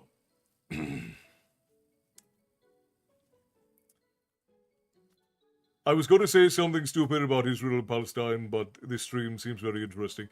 Well, it's a good thing that you didn't, because I would have ignored you. We don't, the one of the only rules in the tavern is that drama, dogma, and modern day dilly-dallying, it all gets left at the door. We're just here for the stories. But ibuprofen 9000, which is an interesting name. Welcome in, I am Castle. This is my tavern, and here we talk about myth and lore and tales of yore. Every now and again, I read you all a story. Tonight we are reading Raymond E. Feist. And we don't not talk about politics because it's not important. We don't talk about politics because most people can't be mature about it. But I'm glad that you were mature about it, so there we go. I don't need graphic detail, but that scene was like, yeah, I agree with that. And to add on to what you're saying, Jalen, world building needs to be personal, needs to be intimate. Because if your world building is detached, the world's not going to feel real. Tolkien created a massive world, and there's so much detail into it, but so many people feel connected to the world of Middle-earth. Even though it's massive, even though it's huge. People love Rivendell, people love the Mines of Moria, people love the Misty Mountains, people love the Lonely Mountain, people love the Shire, people love Bag End. I saw somebody posted on Threads the other week, they were like, I would live in Bagshot Row if I could just live in Middle-earth. And for those of you who don't, Bagshot Row is like the slums of Bag End, of the Shire. It's like the poor lane of of the Shire. And yeah, it's people. World building has to be intimate. It has to be personal, and it's one of the three pillars of what makes a story worthwhile. If you want to write a good story as an author, you need one of three things. Preferably, you should have multiple of them, but you only need one for a good book. You either need good world building, you either need a good plot, or you need to have good character writing. You can have a story that is pulled strictly from its characters. Great characters will carry a story. A good portion of Harry Potter, and a lot of the books that you see that are really great either have 2 or 3 that they've done very well. With Harry Potter, the plot is not exceptionally well done. The plot is not particularly well thought out. But the world building, the world is really interesting, and the characters, people fell in love with the characters. And that was enough for it to take off. Lord of the Rings has all 3. That's why it's one of the most beloved epic fantasies of all time. It's got great world building, it's got an incredible and well thought out plot, and it has incredible characters. So it culminates in this absolutely epic story that people love and they're attached to. Dark Disciple is a book. The book has an intimate scene where it is implied and moved on. One of those screen goes, well, and that's how it should be in my mind. Like, you can have it in there to imply that a relationship is building, but to include the details of it, the details of one of those scenes, or even the details of like a romance, is very difficult to make that plot relevant. You'd have to work very hard to make it plot relevant, unless the entire point is the smut or the romance, in which case it's an entirely different kind of story. Herring, I can't say that out loud, I might get banned on TikTok. Dross, the legend created by David Gemmell, was based on his stepfather. Yeah, see, there you go. I miss Seatbelt's involvement, but that doesn't interest me anyway. And I think that had more value to the story than the viral book scene where the seatbelts were involved. Yeah, I don't even want to know. You don't even have to give me the details. That's Irewolf, my friend, hello. It says, I pray to the gods my book never ends up in the Storytime list. Yeah, were you naughty? Is that what happened, Wolf? It's good to see you, my friend. I'm glad you made it in. I think it's because, in a way, you can envision it. You see it, and you feel a tug of wanting to explore it and visit it. It's, in a way, a place where you can step into and feel like you're with him. Yeah, and good stories will do that. Good stories will draw you in. They will make you feel like you are involved. Like, a good story, good storytelling. If the world feels flat, which you get a lot, like a lot of movies and shows, the world feels flat. If you're a fan of anime, there are a lot of mass market animes where the world just kind of feels flat. But then you get something like Frieren, which I don't think I have it here on the desk anymore, but you get something like Frieren Beyond Journey's End, and the world is just so rich, the characters are incredible, and the plot is amazing, and you feel like you could be in that world. And Tolkien was one of the ones who did it best and first, and that's why he's a legend, and that's why he'll forever be a legend. There's no one who can besmirch. Not even the people who make poor adaptations of his work can besmirch the legacy of Tolkien. Apparently, spicy time happened inside a car where the passengers and drivers and seatbelts were involved, and the people on TikTok were trying to recreate it to understand how, because it didn't make sense.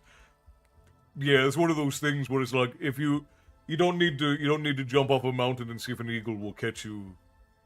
Just don't replicate what goes on in books.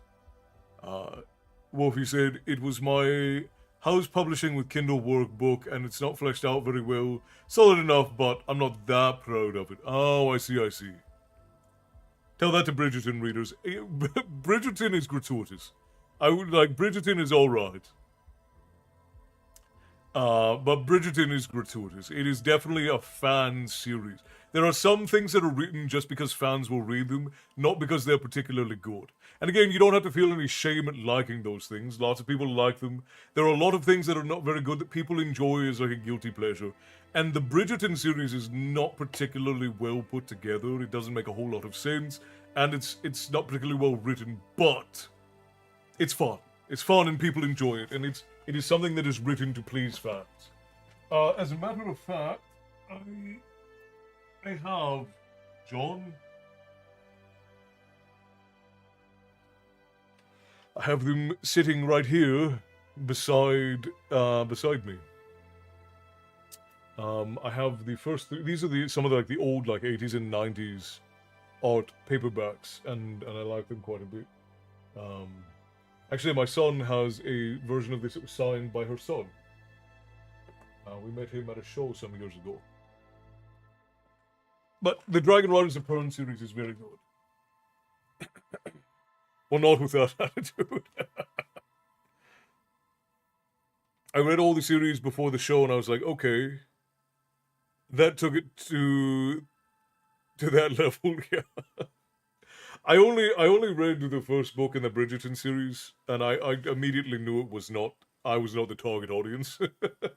Just like Twilight, I only ever read the first Twilight book. It was recommended to me by some students when I was teaching still, and I read the first one. I was like, yeah, that was all right, but it's definitely not for me. I'm definitely not the audience for this. All right, we're gonna continue reading, friends. Hang on, I need to top off my mug. And again, I want to re-emphasize, because I know some people might just be dropping in. If I ever give an opinion or I give a perspective about something that you enjoy, and I say that I think it's not good, or that objectively the quality of a thing is not good, I'm not telling you not to enjoy it. I'm not telling you not to like it. I'm not telling you that you're lesser for liking a thing. You can like things that are bad. I just would prefer that people admit when a thing is bad. Like, we don't need to pretend that something is of exceptional quality just because we enjoy it. Like, there were a lot of people who enjoyed the Riders of Rohan, or whatever it was. What was the bless you, my darling. What was the Lord of the Rings animation that just recently came out, Lovey? Something Rohan? Yeah, it was like Riders of Rohan or something. I don't remember exactly what the name was. But there were quite a few people that enjoyed it. I watched it. The animation was decent, but not the best that I had ever seen. The animation was pretty good. And the world was interesting, but I didn't enjoy it. It was not, the story was not particularly well. I have Whispers blocked. I do not have Whispers blocked. If Castle says I can promote, you can post it. You can post it in here, or you can send it to one of the barkeeps and they'll put it up.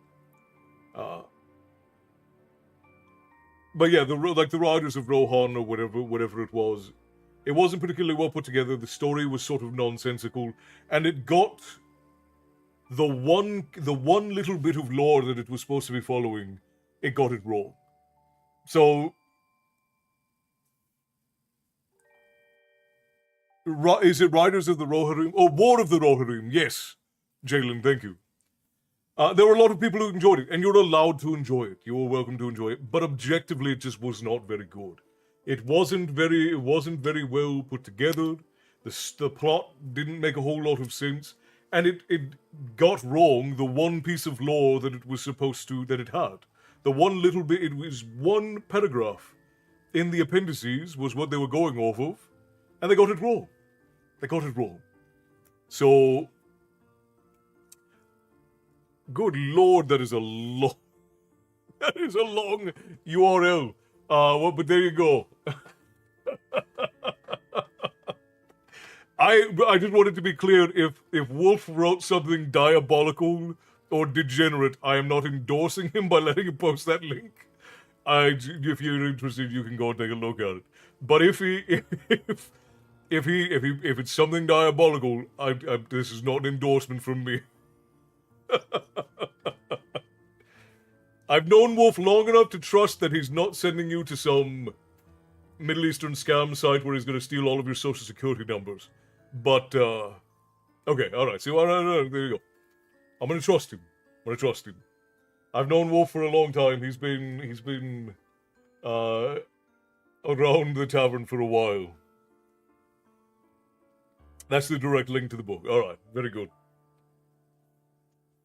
Sends the link to... Matty, we would have to defend everybody from whatever is in your spice stash. No one is prepared for that.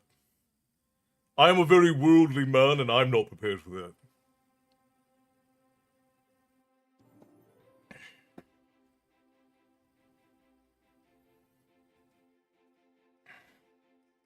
But stacked in the TBR pile. Yeah, that would be frightening, indeed. All right, let's continue. The camp reverberated with a cacophony of drums, trumpets, and shouts. From every quarter came the response to the order to marshal. Guy watched the display as the false dawn gave way to the light of morning. He said to Arutha, "Before the globe of the sun is at noon, they'll hit us with everything they have. Myrmandamas may have felt the need to hold back some forces against the invasion of Gabon, but he can't afford even another day's delay. Today, we will come in strength." Arutha nodded, and he watched every company on the field before the city marshal for battle. He had never felt so bone-tired. The killing of Myrmandamas' captains had thrown the enemy camp into turmoil for 2 days before order had been restored. Arutha had no idea what bargains had been struck or promises made, but finally they had come again 3 days later. For a week after the assaults had continued, and each time more attackers had gained the walls. The last assault of the day before had required the entire force of reserves being thrown into a potential breach to keep the integrity of the wall intact.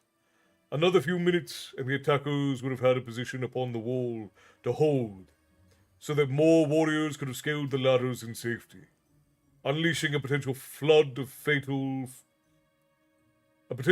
flood of invaders into the city. Arutha thought it's been 27 days since Martin left. Even if help was coming, it would be too late. Jimmy and Locklear waited close by, ready for messenger duty. Jimmy regarded his young friend. Since Bronwyn's death, Locklear had become possessed. He sought out the fight at every turn, often ignoring instructions to stay behind for courier duty. 3 times Jimmy had seen the boy involve himself in combat where he should have avoided it. His skills with the sword and his speed had counted for much, and he had survived. But Jimmy wasn't sure how long Locklear could keep surviving, or even if he really wished to. He had tried to speak to Locklear about the girl, but the young squire had refused. Jimmy had seen too much death and destruction by the time he had reached 16. He had grown callous in many ways. Even when he thought Anita or Arutha dead, he had not withdrawn the way that Locklear had. Jimmy wished he understood more of such things, and worried for his friend. Guy gauged the strength of the army before him, and at last, in a quiet voice, he said, "We can't hold them at the wall." Arutha said, "I thought as much." In the 4 weeks since Martin's departure, the city had held, the soldiers of Armengar performing beyond even Arutha's most optimistic assessment. They had given all they had, but attrition was sapping the army's reserve. Another 1,000 soldiers had been killed or rendered unable to fight in the last week. Now the defenders were spread out too thinly to deal with the full force of attackers, and it was clear, from the careful way Mandamus was staging, that he was indeed planning to throw the full strength of the army at them today in one final all-out assault. Guy nodded to Amos, and the seaman said to Jimmy, "Carry word to every company commander. Begin the third stage of evacuation now." Jimmy nudged Locklear, who seemed almost in a trance, and led his friend off. They ran along the wall, seeking out the company commanders. Arutha watched as a few chosen soldiers left the wall once word was passed. They hurried down the steps to the bailey and began to sprint towards the citadel. "What mix did you decide upon?" Guy said. "One able-bodied fighter, 2 armed old men or women, 3 older children, also armed, and 5 little ones." Arutha knew that within minutes dozens of such groups would begin slipping out into the mountains through the long tunnel from the cavern beneath the city. They were to work southward, seeking refuge in Yabon. It was hoped that this way at least some of the children of Armengar might survive. The single soldier would be in command of the party, and would carry orders to protect the children, and the soldiers also had orders to kill them, rather than let them be captured by the Moradel. Slowly the sun rose, moving at a steady pace, unconcerned by the conflict below. When it reached the noon position, still no signal was forthcoming. Guy wondered aloud. Why did they wait? Nearly a full 2 hours later, a faint thudding sounded and carried over the quiet army on the plain. Barely audible to the defenders, it continued for almost a full half hour. Then trumpets sounded along the line of attackers. From behind the lines, odd figures loomed up against the bright blue sky. They appeared giant black spiders, or something akin. They began moving through the host slowly, stately. Finally, they cleared the lines of attackers and approached the city. As they came closer, Arutha studied them. Questioning shouts came along the wall, and Guy said, "Gods, what are they?" "Some manner of engine," replied Arutha. "Moving siege towers." They appeared to be gigantic boxes, 3 or 4 times the size of the ones raised to the walls in the previous week. They rolled on huge wheels without any apparent motive source, or no giant slave or beast of burden pulled or pushed them. They moved under their own power by some magic means. Their immense wheels thudded loudly when rolling over irregularities in the terrain. "Catapults!" shouted Guy, and his hand was dropped. Stones hurled overhead and crushed against the boxes. One was struck in a support which shattered, causing the thing to teeter and fall, striking the earth with a resounding crash. At least 100 dead goblins and Moradel and humans were thrown clear from the crash. Arutha said, "Each one of those things must hold 200 or 300 soldiers." Guy counted quickly. "There are 19 more of them coming. If 1 in 3 gains the wall, that's 1,500 attackers on the wall at once." "Oil! Fire arrows!" he shouted. The defenders sought to ignite the approaching boxes as they lumbered towards the walls, but something had been applied to the wood, and while the oil burned upon a few of the things, it only scorched and blackened the wood. Screams from within told of some of the damage done to the attackers by the flames, but the boxes were not halted. "All reserves to the wall! Archers on the roofs beyond the bailey! Horse companies to their stations!" Guy's orders were quickly carried out as the defenders awaited the approaching boxes. The magic siege towers filled the morning air with a loud grinding sound as the heavy steel wheels turned ponderously. The host of Myrmidamis's army walked slowly behind the moving towers, keeping a discreet distance, for all defensive fire was directed at the rolling boxes. Then the first of the boxes reached the wall. The side of the box facing the wall fell forward, as had happened with the smaller ones, and dozens of goblins and Moradel came leaping forward to engage the defenders. Soon there was frenzied combat along every foot of the wall. The attackers came flooding across the plain, behind the magic siege towers. The rear of the boxes opened as well, with long rope ladders being tossed out, and the attackers in the field ran forward to clamber up. And suddenly the accessible entrances to the city. Long leather aprons were lowered from the rear of the boxes, only a foot in front of the ladders, confounding the bow fire directed at those climbing up into the boxes. The catapult commanders continued to fire, and many of Myrmidamis's soldiers died beneath the rocks. But with archers ordered to the first row of the houses, and other defenders engaged with attackers from the towers, there was no bow fire to harass the host below, as they raised scaling ladders against the walls. Arutha engaged a Moradil who leapt over a body of a fallen Armangarian soldier and slashed out, causing the dark elf to stumble backwards. The Moradil fell off the parapet to the stones below. The prince spun around and saw Guy kill another. The protector looked about and shouted, "We can't hold them here! Pass word to fall back to the citadel!" Word was passed, and suddenly defenders were scrambling away from those gaining the wall, and outside, a select company of soldiers held each stairway, while their companions fled towards the city. They were all volunteers, and they were all prepared to die. Sorry, internet sucks, you keep breaking up. Good night, my friend. Next session. Good night, John T. I appreciate you, my friend. Rest well, and may you rise tomorrow ready to face the day. Thank you kindly for joining. It's always good to see you.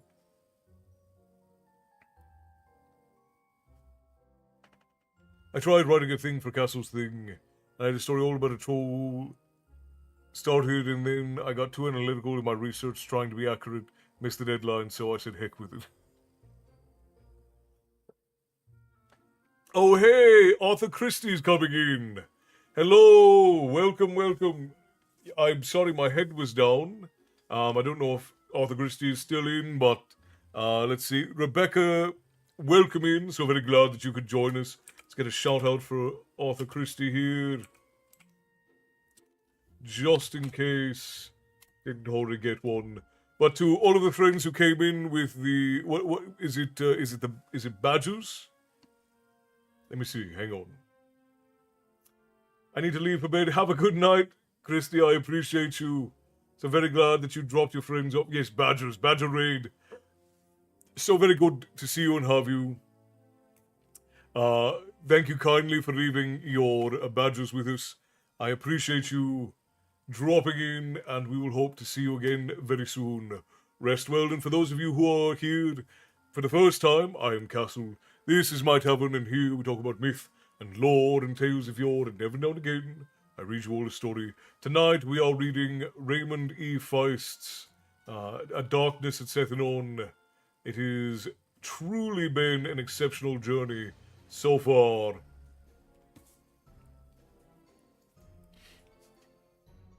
Badgers, we don't need no stinking badgers.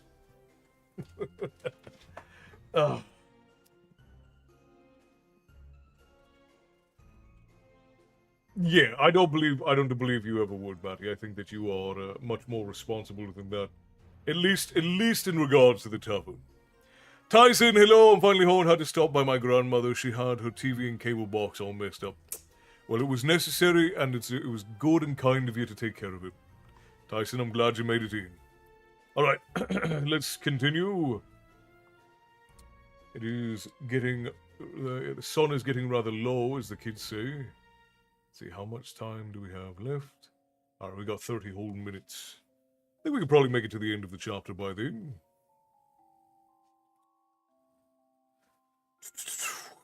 Where was I? We can hold them off at the gatehouse until they establish their own bowmen on the wall. Then our men will have to pull back. Arutha looked up and saw that the planks were being extended across the streets, from the roofs of the buildings facing the bailey. When the archers quit the first line of buildings, they would pull the planks after them. The goblin host would have to use rams to break down their doors, climbing the stairs, engaging the bowmen in a duel. By then, the bowmen would have retreated to another line of houses. They would constantly fire down into the street, forcing the invaders to pay for every foot gained. Over the last month, hundreds of quivers of arrows had been left under oilcloth upon the rooftops, along the replacement strings and additional bows. By Ruther's best judgment, it would cost Myrmandamus no fewer than an additional 2,000 casualties to travel from the first bailey to the second. Running toward the bailey came a squad of men with large wooden mallets. They waited before heavy barrels placed at the corners. Listening for the command for a moment, it appeared they would be overwhelmed, for a sea of goblins and their allies came swarming off the walls. Then the company of horsemen swept out of a side street, rolling back the invaders. Arrows came flying past Guy and Arutha, and the Protector said, "Their archers are in place! Sound retreat!" A trumpet blast sounded from the squad of bowmen, who were positioned halfway up the street, and then the men with mallets struck the barrels, knocking small stoppers from the bungs. Quickly the smell of oil mixed with rusty odor of blood hanging in the air as the oil began to slowly leak out. The mallet-wielding soldiers at once began to race up the streets where the barrels waited at every corner. Guy tugged at Arutha's sleeve. "To the citadel. We'll begin the next phase."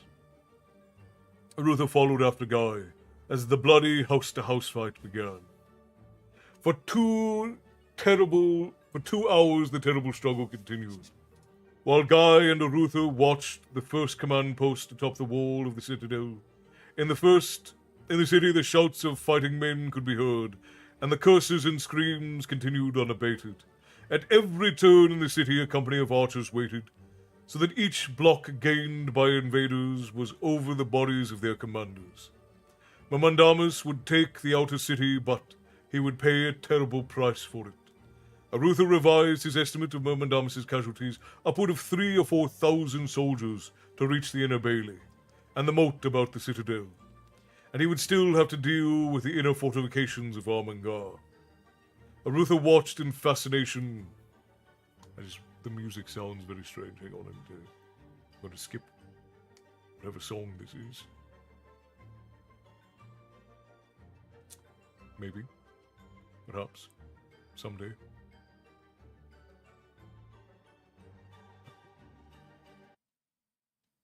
Yeah, that's better.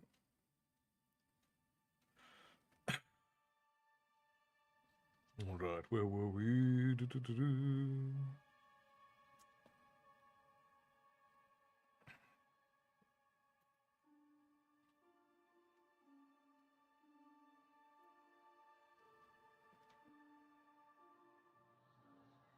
Arutha watched in fascination. It was beginning to become difficult to see clearly, for the sun had fallen behind the mountains and the city was in shadow. Night was only an hour or so away. Still, he could make out most of what occurred. The unarmored, nimble archers were moving from rooftop to rooftop by means of long planks that they pulled after themselves.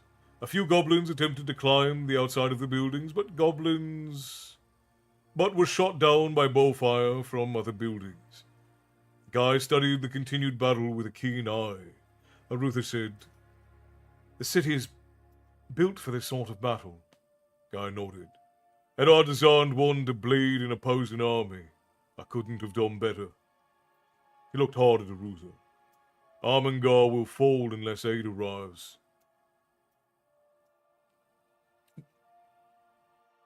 "Within the next few hours.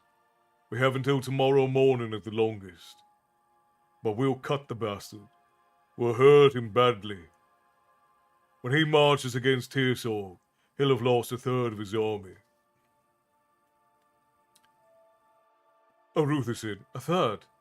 I would have said a 10th. With a grin devoid of humor, Guy said, "Watch, and you'll see." The Protector of Armengar shouted a signal to a signal man. "How much longer?" The man waved a white and blue cloth toward the top of the citadel. Arutha looked up and saw an answering wave with a pair of yellow cloths. The soldier said, "No more, no more than 10 minutes, Protector." Guy thought and then said, "Launch another catapult to strike at the outer bailey." Orders were given, and a shower of heavy stones was launched at the far end of the city. Softly, almost to himself, he said, "Let them think we've overextended our range. Maybe they'll hurry to get inside." Time passed slowly, and Arutha watched as the archers retreated from roof to roof. As day faded to twilight, his company of ambushers was dashing along the streets heading for the drawbridge, and the outer gate of the citadel's barbicaned. As the first company made for the lowered bridge, another and a third company came into view. Guy watched as the gate commander ordered it retracted. The last soldier had just set foot upon it as it began to move across the moat. From the rooftops of the city, more Armengarian archers fired down upon the invaders. Arutha said, "They are brave to stay behind." Guy said, "Brave, yes, but they're not planning to die." Even as he spoke, the archers on the rooftops were reaching the last line of houses. They lowered ropes to the street level and quickly slid down. They ran towards the citadel, tossing aside weapons as they ran. From behind, attackers swarmed after them. As the attackers were away across the open area used as a market, the bowmen on the wall of the citadel launched a flight of arrows. The Armengarians who were fleeing ran to the edge of the moat and dove in. Arutha said, "They'll be shot down if they try to climb the wall." Then he saw they didn't surface. Guy smiled. "There are some underwater tunnels into the gatehouse, and other rooms contained in the wall. Our boys and girls will come up. Then the entrances will be sealed." A particularly bold group of goblins came running after and leapt into the water. Even if those scum find the tunnels, they'll not be able to open the trapdoors. They'd better be part fish. Amos came from within the citadel. "We've everything ready." "Good," answered Guy. Regarding the top of the citadel, Armand observed the fighting of the city. The yellow banner was waved. "Ready the catapults!" shouted Guy. For a long time, nothing happened. At last, Guy said, "What is Sevni waiting for?"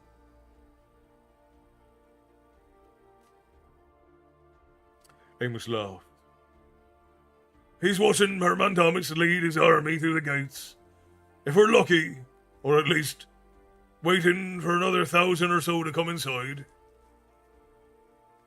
Arutha was studying the nearest catapult, a giant mangonel, one loaded with a strange-looking assortment of barrels lashed loosely together. The barrels were similar to those that you would find small brandy casks used in inns and alehouses, holding no more than a gallon. Each bundle was composed of 20 or 30 casks. Amos said, "The signal!" Arutha watched as a red banner was waved and Guy shouted, "Fire catapults!" Along the wall, a dozen of giant catapults heaved their cargo of barrels, which arced high over the roofs of the city. As they traveled, the casks spread out so that they struck out the outer bailey in a shower of wood. The crew reloaded with speed, and Arutha found astonishing. But in less than a minute, another launch was ordered and another flight of casks was sent, while a third of casks was prepared. Arutha noticed smoke coming from one quarter of the city. Amos saw it too and said, "Little darlings are doing some of our work for us. They must have started a tiny fire to punish us for not staying around to die. It must be something of a shock to be standing next to it when it starts raining naphtha." Arutha understood.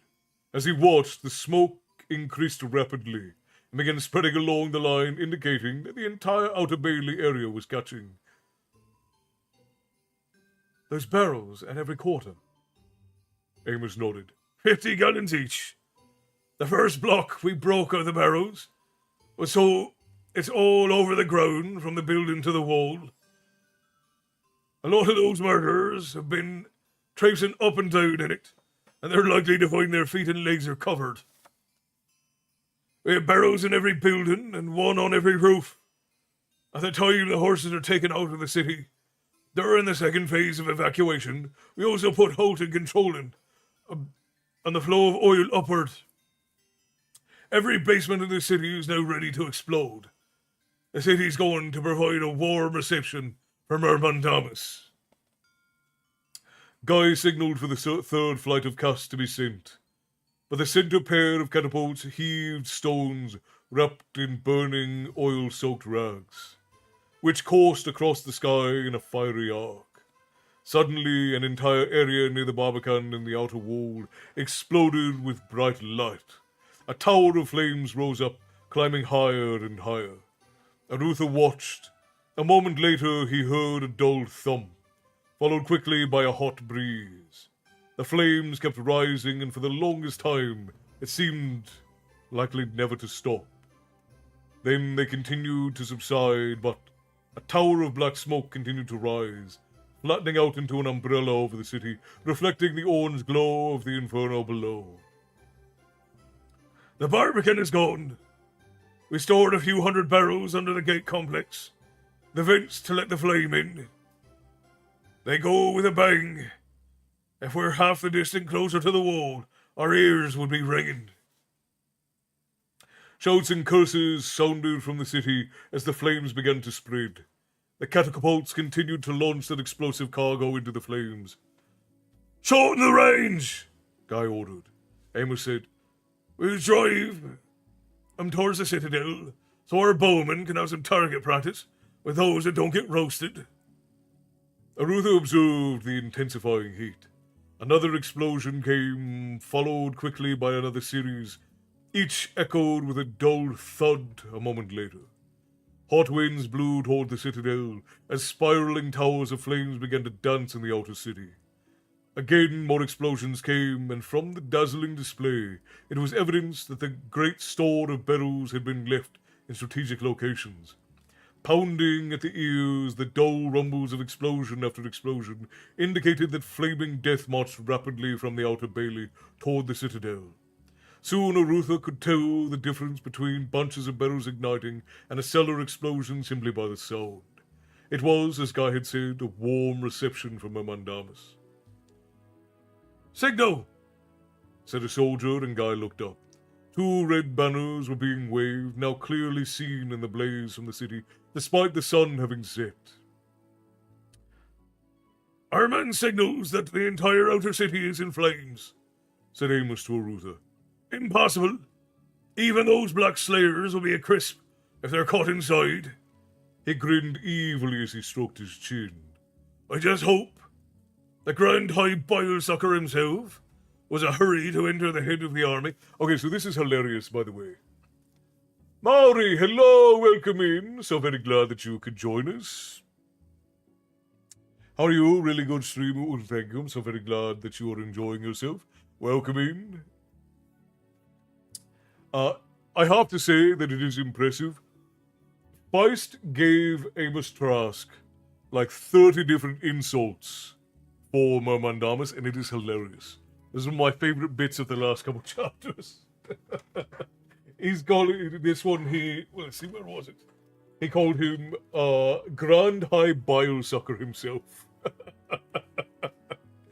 Oh, it's very good. It's very good.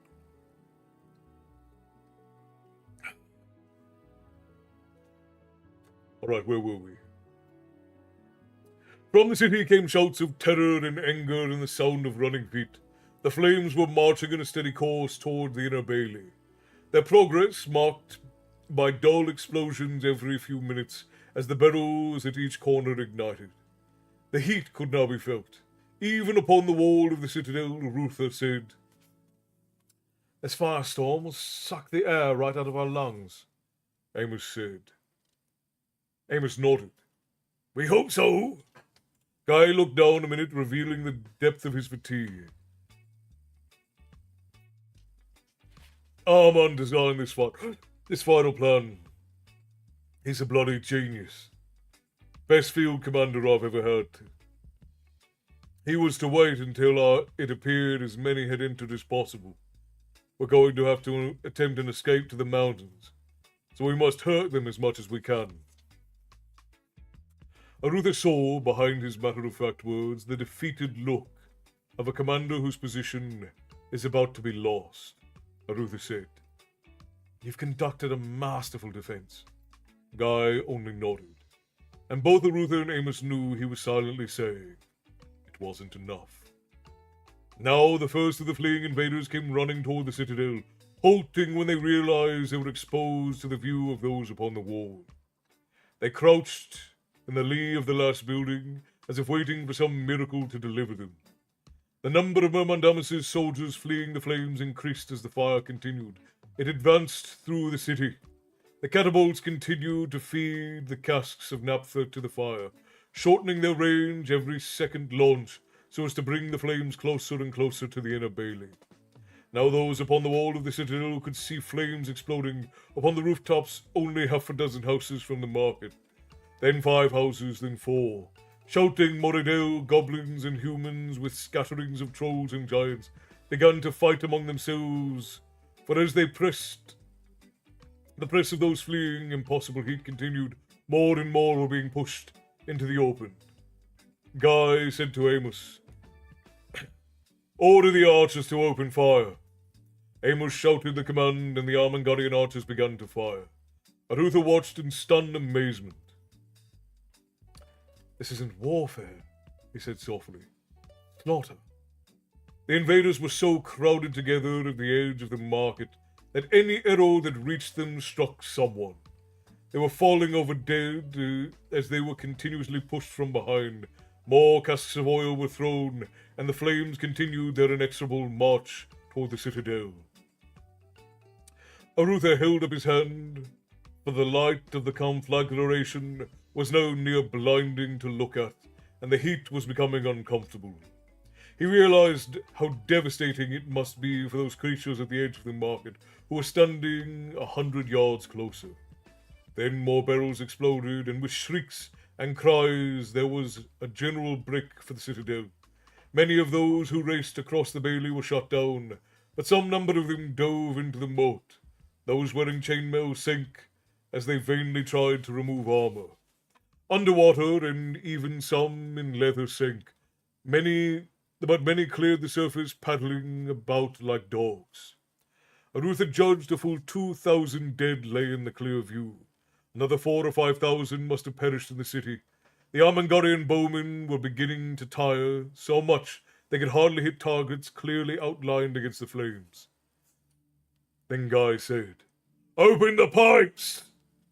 An odd wheezing noise was heard as oil was discharged across the water in the moat. Cries of terror filled the air as those in the water came to understand what was occurring. As flames spread out across the bailey from the now completely burned out city, flaming bales were pushed over the walls to fall in the moat. The surface of the water exploded in blue white flames, which danced across the churning surface.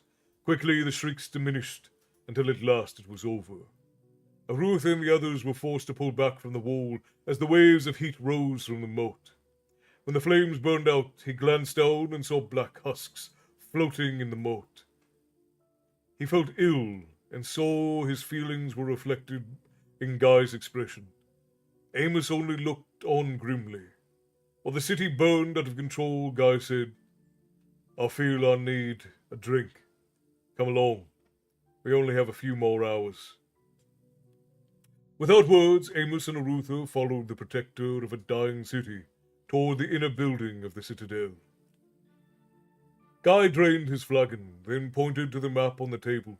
Arutha looked on beside the soot-stained Brianna, who, along with the other commanders, was awaiting Guy's final orders.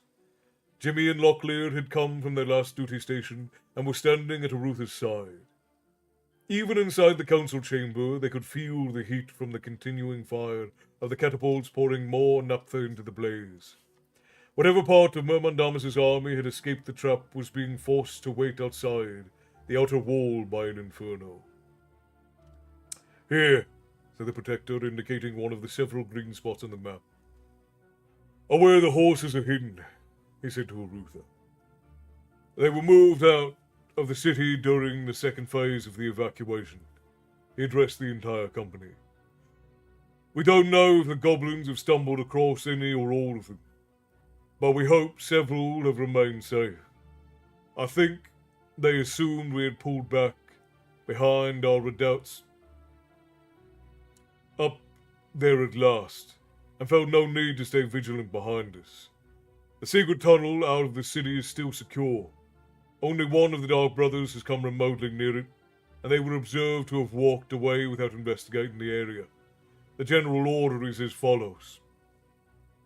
Each company will quit the city in turn, from 1st to 12th, and whatever auxiliaries were designed to that company, they are to quit the tunnel only after it is clear the area around is secure. I want first company to act as a perimeter unit, along the second waves to replace it. Then the 12th begins to leave the tunnel, the 11th will move out as well. Only those soldiers designated to remain here as rear guard will be permitted to stay. I have no last-minute heroics jeopardizing this evacuation. I don't want any misunderstandings. Is everyone clear on what they are to do? No one made any comment, so Guy said, Good. Now, make sure it is understood by everyone that once outside the city it is every man for himself.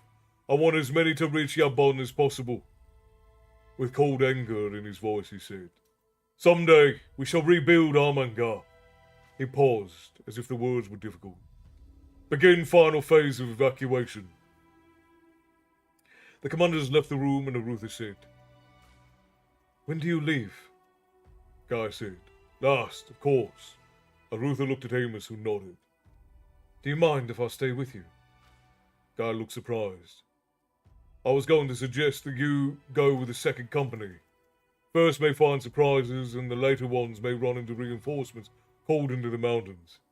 The last to leave stand the biggest chance of being overtaken. Arutha said, I don't know if I believe some sort of champion destined to destroy my mandalas, but if I am, I think I should perhaps stay. Guy pondered for a moment. Why not? You can't do more than you've done. Help is on the way, or it isn't. Either way, it will come too late to save the city. Arutha glanced at Jimmy and Locklear. Jimmy seemed on the verge of some quip, but Locklear simply said, We'll stay. Arutha was about to say something and then saw a strange expression on the face of the squire from the Land's End. There was no longer the boyish uncertainty that had always lurked behind Locklear's ready smile. Now the eyes were older, somehow less forgiving and, without a doubt, sadder. Arutha nodded. They waited for some time, drinking a little ale to wash away the stench of the fire and to cool them from the heat. Occasionally a messenger would report back that another company had left the citadel. The hours dragged on as night deepened, punctuated only by an occasional dull explosion as another basement was at last ignited. Arutha wondered how any could have lasted so long, but each time he thought the entire city burned, another explosion would announce the destruction still in progress.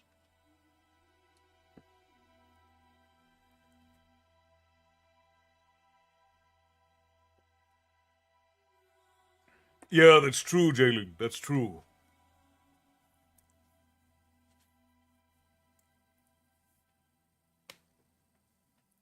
The guild channel on this page is causing errors.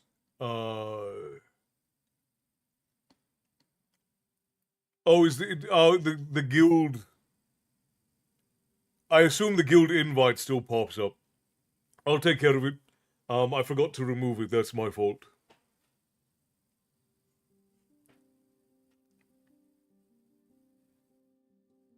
Sitting on a computer to scroll down, there are errors on the Twitch page. Trying to figure this platform out since Wolf said They couldn't whisper me. I see, I see. Esther, hello, love. Good to see you. Good evening, Cass. Apologies for the lateness today. Time got away from me. Oh, that's quite all right. It happens. We're actually coming up near the end here. How much longer do we have till ads run? Only 5 minutes. Let's see, how much longer do we have? We have... Ooh, we've got another 10 pages. All right, I'm gonna run ads real quick over on Twitch. We're gonna take a quick 3-minute break. This time I'm actually gonna get up and use the facilities, if you all don't mind. We're gonna take a quick 3-minute break. I'm gonna go use the facilities and I will be right back. Really, you missed the siege, Esther. It'll be worth going back to listen to because it is tense. But all you've really missed is the siege. For all of you who are new here, by the way, I am Castle, this is my tavern, and here we talk about myth and lore and tales of yore, and every now and again, I read you all a story. Tonight we are in A Darkness at Sethanon by Raymond D. Feist, and we read every Tuesday and Thursday, for this is a tavern at the end of the world where all stories eventually come to rest. My lovely wife also reads on Sundays, and you can find us putting out stories all throughout the week if you are so interested in such things. If you'll give me just a moment, I'm going to take a rest and run some ads for our Twitch friends so that they won't get interrupted in the middle of the story, and I will be right back. So if you give me just a moment.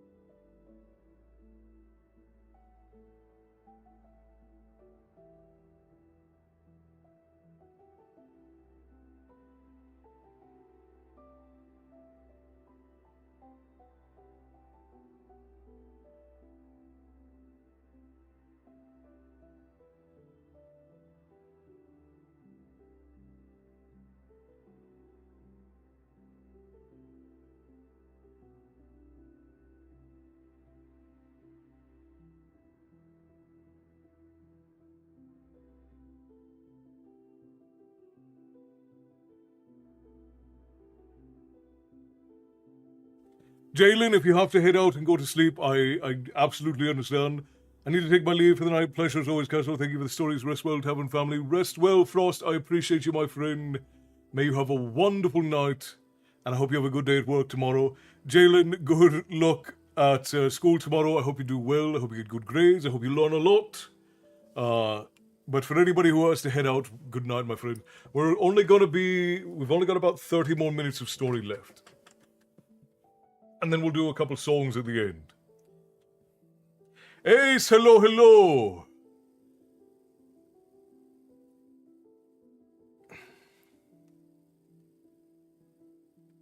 Yes, that is indeed. Una is we say wife and husband and wife, because we are together indefinitely, but we are technically only engaged as we are being married traditionally.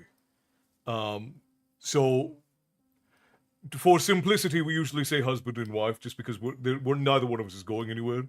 But we have not completed our marriage ceremony as of yet, because we're getting married traditionally the way that my clan gets married, and that takes time. So we are not technically married as of yet, but we do say wife. But she is legally, I guess we'll say, she is my fiance. But by all measures, she is my wife. I'll be here listening until you leave. I appreciate you, Esther. No, Bobby. There was no. You guys will all know when our wedding happens. I'll also follow you on Twitch since I have an account there. Excellent, Jalen. I appreciate you for that. And we do story time Tuesdays and Thursdays. I usually start sometime between 4 and 6:30 p.m. Pacific Standard Time. I'm trying to get that gate narrowed down a little bit, but the lady and I have a lot to do. We make a lot of story times, so it's hard for me to keep up with things. But sometime in between there is when we usually start. Anyway, her stream was chill and fun to watch. Well, I'm glad you enjoyed yourself, Ace. I'm glad you enjoyed yourself. But I got a scram, got an evening work meeting. Have fun. Have a good night, my friend. I'm glad you dropped in. Rest well. What is known as a common law marriage? Yes, by all meaningful metrics, we are married. We just haven't done the legal bit of it yet. One, because we're getting married traditionally the way that my clan does, which means we have to go through and we have to get the approval of my grandfather, and we have to prove that we can take care of one another and take care of ourselves, and we have to go through a braiding trial, which is where we braid our hand-fasting cord, and there are a few other things that must be done. Jalen R is my name on there. We're exceptional.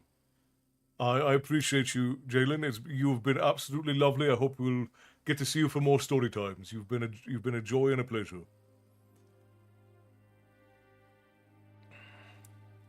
I've considered doing a whole story time, like a whole video about our clan's wedding, like courting and marriage traditions. But I don't know if it's something that people would be terribly interested in. Well, technically my aunt is overseeing it, so it's when she approves, we'll do it. One of the things is us getting financially stable, because we both have to work additional work in addition to running the tavern right now, because we've been building up the tavern so that nobody ever feels pressured to pay for anything or buy anything from us, and we're building it up that way, and so it's taken a while, and we've had to do other work in order to offset the costs. So once the tavern is profitable, that'll be a big thing. That will move towards us being given my aunt's blessing, which by extension, which is my grandfather's blessing. I would be terribly interested in it. I don't know why you question whether we like something or not. These are parts of my everyday life, and in my brain, I'm like, well, this is just a normal everyday thing. I don't know why anyone would care about that. So I try not to bore people with the mundanity of my life, but I know that some of the things that me and my family do are unique, so people are interested in them because it's not something they've ever heard before. There's not been a time that you've not talked about something interesting. Well, that is very high praise, Bobby. I appreciate you for that. I'm not sure if that's true, but I appreciate the compliment. But yeah, marriage and courting is very different in my family. One, all courting and marriages are overseen by our elders and other folk. Same, this is a nice break from academic autos, albeit I will admit that I could probably learn more if I was able to have your voice reading it. Well, if there's something in particular you want me to read, send it over, Jelly, and I'll work on it for you. If there's a documentary on your past life and present narrated by David Attenborough, I would buy it on DVD. And here what Bobby said. All right, well, I appreciate you guys. Thank you for that. But yeah, marriage and courting, they take a lot longer within our family, and they have for hundreds of years. And a part of it is because we have to prove, one, that we understand what is the purpose and expectation of marriage. Two, we have to prove that we are willing to take care of one another in all aspects. And three, we have to understand that the promise we are taking is a forever promise. Like we don't get divorced in my family.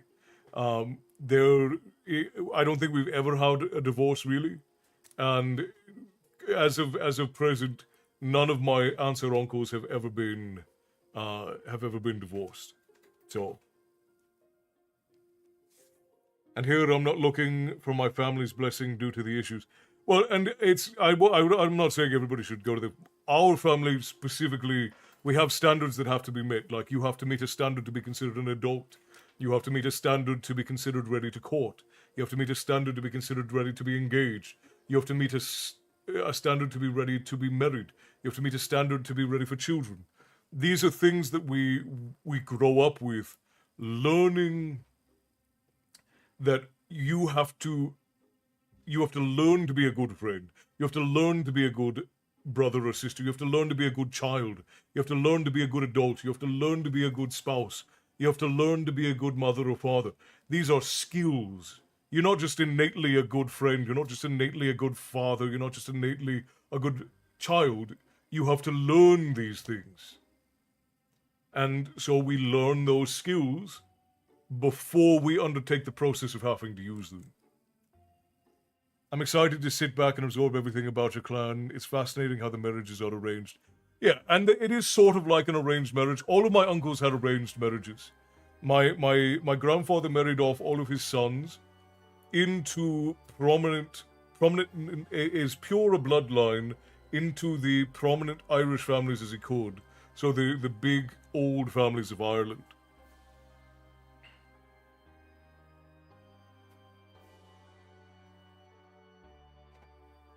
I got married with my parents before my parents met my hubby. Now they like him more than me. And sadly, both of my parents passed away back in 2018, but I know for a fact they would like Una more than they like me. Be careful with that, albeit we can discuss it outside of here at some point. Wait, what did I say? That needs to be discussed later? Just ramble about. That's true. If you are interested in the way that my family celebrates things, I do have a book about. It's a small little handbook about the festivals as we celebrate them throughout the year, which you can get digitally or you can get as a nice soft touch copy over on Amazon or over in the Tavern Guild shop. I know my mom never gives her blessing for my relationships. Mom told an ex that she'd never be number one to me, showing her possessive jealousy. Yeah, well, that'll happen. That'll happen. Una is awesome. She's spectacular. Can't imagine a better thing. Alright, friends, let's get back to reading. I've waffled for a bit here, and I want to get you all off to bed at a reasonable hour. So let's continue.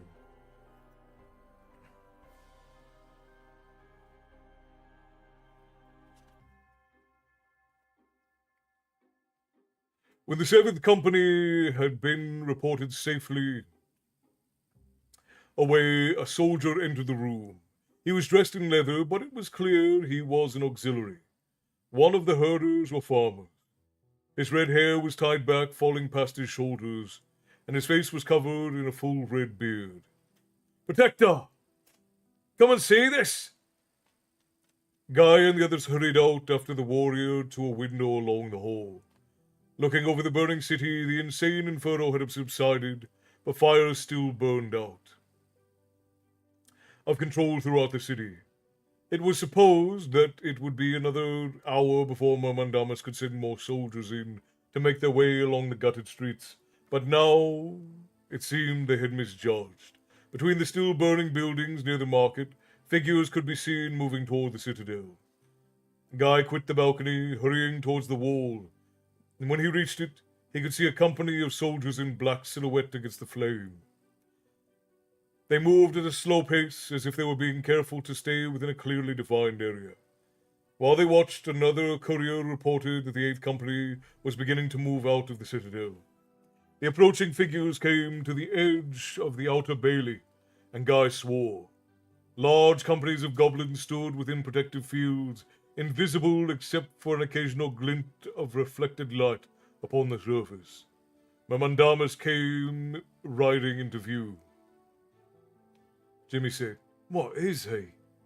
Without any apparent difficulty, the Moradel leader rode unprotected, ignoring the still intense heat, and the beast upon which he rode was terrifying to behold. Shaped like a horse, it was covered in a red glowing scales, as if some serpent's skin of steel had been heated to near melting. The creature's mane and tail were dancing flames, and its eyes seemed to be glowing coals. Its breath seemed explosive steam.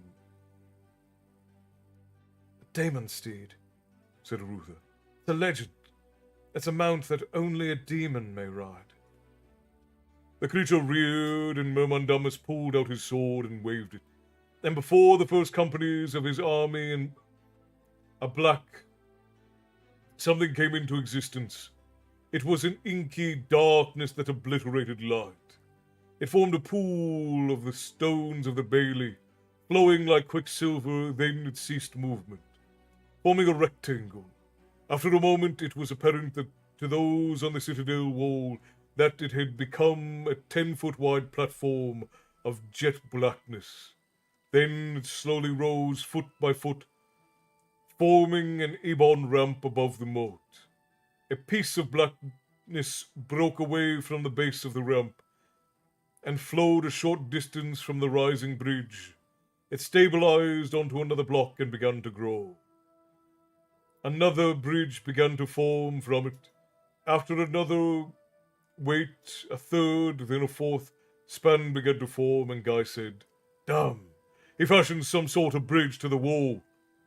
He shouted, "Password! Hurry the evacuation!" When the airborne bridges were near the midpoint of the moat, the first companies of goblins mounted them and began to move slowly toward the leading edge. Foot by foot, the black bridges advanced towards the defenders. Guy ordered the archers to fire. The arrows sped across the gap, but were deflected away, as if hitting a wall. Whatever protected the attackers from the heat also protected them from bowfire. Lookouts atop the citadel reported that the fires in the outer city were dying and more invaders were entering Amangar. Guy shouted, "Off the wall! Rear guard to the first balcony! All other units evacuate at once! No one is to wait!" The now orderly evacuation would soon turn into a headlong flight. The invaders were going to breach the last defense an hour or more before Guy had thought possible. Arutha knew it possible there would be room-to-room fighting within the citadel. He made a mental promise to himself that if it came to it, he would wait and face Mermandamus. They dashed across the courtyard and hurried up the inner stairway to the first of the 3 balconies, to the sound of windows and doors being shuttered, barred as they left along the front hallway. Arutha noticed a stack of barrels placed before the lift opening. More barrels were set at each balcony, and everything that could burn had been left in the doorways. All blocked open, Arutha knew that the last act of Guy Dubastira would be to fire the citadel in the hope that more of Myrmidamis's army would be taken for the sake of the kingdom.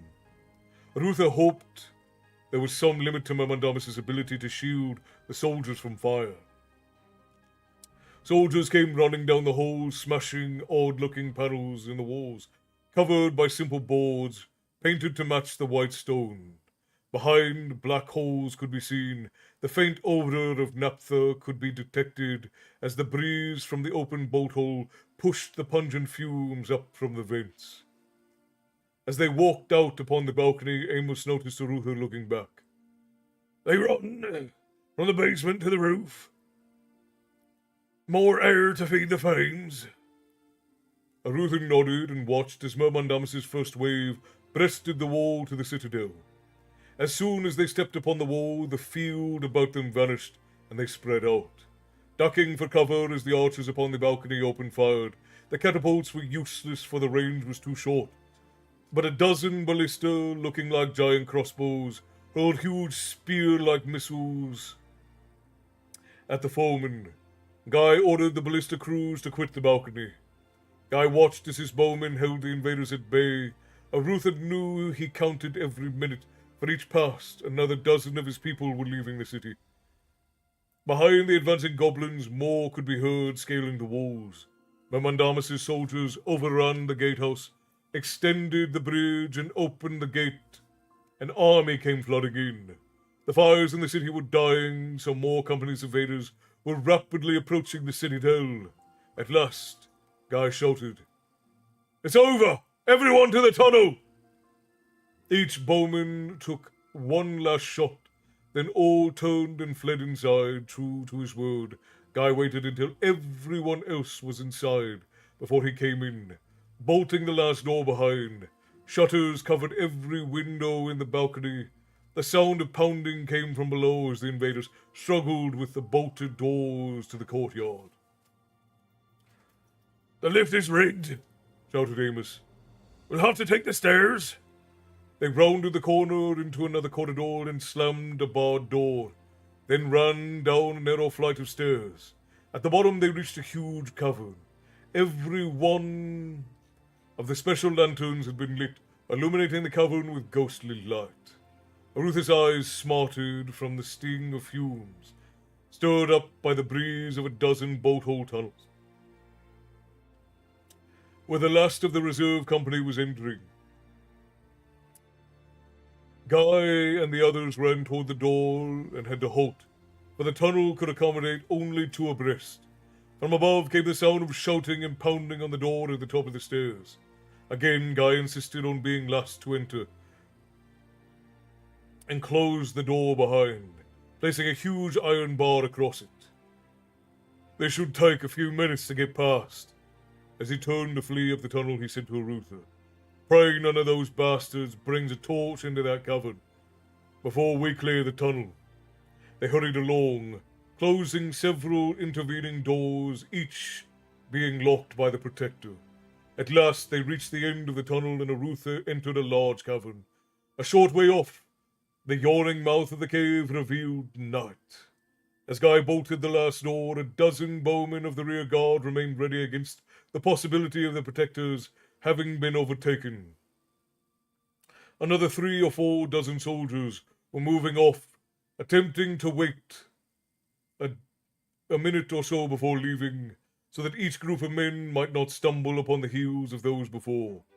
From the odd noises in the night, it was clear a few of those fleeing had encountered units of enemies. Arutha knew it was likely most of those leaving the city would be spread throughout the hills by sundown tomorrow. Guy weaved the bowmen out of the cave, and soon the last of those not with the rear guard were off, and only they, Locklear, Jimmy, Arutha, and Amos, stood with Guy. Guy then ordered the rear guard away, and soon only the 5 were in the cave. Another figure came out of the gloom. Arutha could see it was the red-headed warrior who had brought news of Myrmidamis's approach through the flames. "Get away!" said Guy. The soldier shrugged. "You said yourself, every man for himself, Protector. I might as well stay." Guy nodded. Your name? Shiga, Amos said. I heard of you, Shiga the Spear.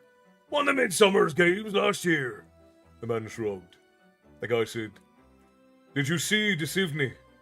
Shiga pointed toward the cave entrance with his chin. He and some of the others left just before you came out, as you ordered. It should be well past the highest redoubt. About 100 yards down from here. The sound of wood tearing came faintly through the tunnel. Guy said, They reached the last door. He grabbed a chain that ran from under the footing below the door, saying, Help me with this. They all picked up the chain and helped him pull it taut until he could attach it to the ballista, pointing away from the door. Ballista had been fashioned to the rock floor of the cavern. There was no bolt to set in the war engine, but as soon as the chain was attached, Arutha saw its purpose. You fire the ballista and collapse the tunnel behind, Amos said. Chain runs under the portal of the tunnel, all the way back to the cavern, connecting them. Should all come down on several hundred of the scum-covered rats inside. But there's more. Guy nodded. Start running from the cave, and when you reach the mouth, I'm going to pull this. A rhythmic pounding sounded at the last door. Some sort of ram was being brought to bear. Arutha and the others hurried outside the cave mouth and halted to watch. Guy triggered the ballista, and it seemed to hesitate. Then, with a jerk, it snapped the chain forward, only a few inches. It was enough. Abruptly, the door erupted outwards, and as Guy sprinted forward from the mouth of the cavern, a rolling cloud of dust behind. A few bloodied and pulped goblin bodies fell out as rocks came rushing out of the tunnel. They all ran with Guy from the cavern. He pointed up where a path led above the cave. I want to go up there for a while. If you want to head out now, go. But I'm going to see this. Amos said, I wouldn't miss it, and followed after. Arutha looked at them and then followed. While they were climbing above the cave mouth, a rumbling beneath their feet could be felt as a series of dull explosions sounded. Amos said, The lifts were set to fail. When the tunnel was collapsed, they should have ignited the barrels on each floor of the citadel, all the way down to the cavern. Another series of explosions could be heard. Seems the damn contraption worked. Suddenly the ground heaved.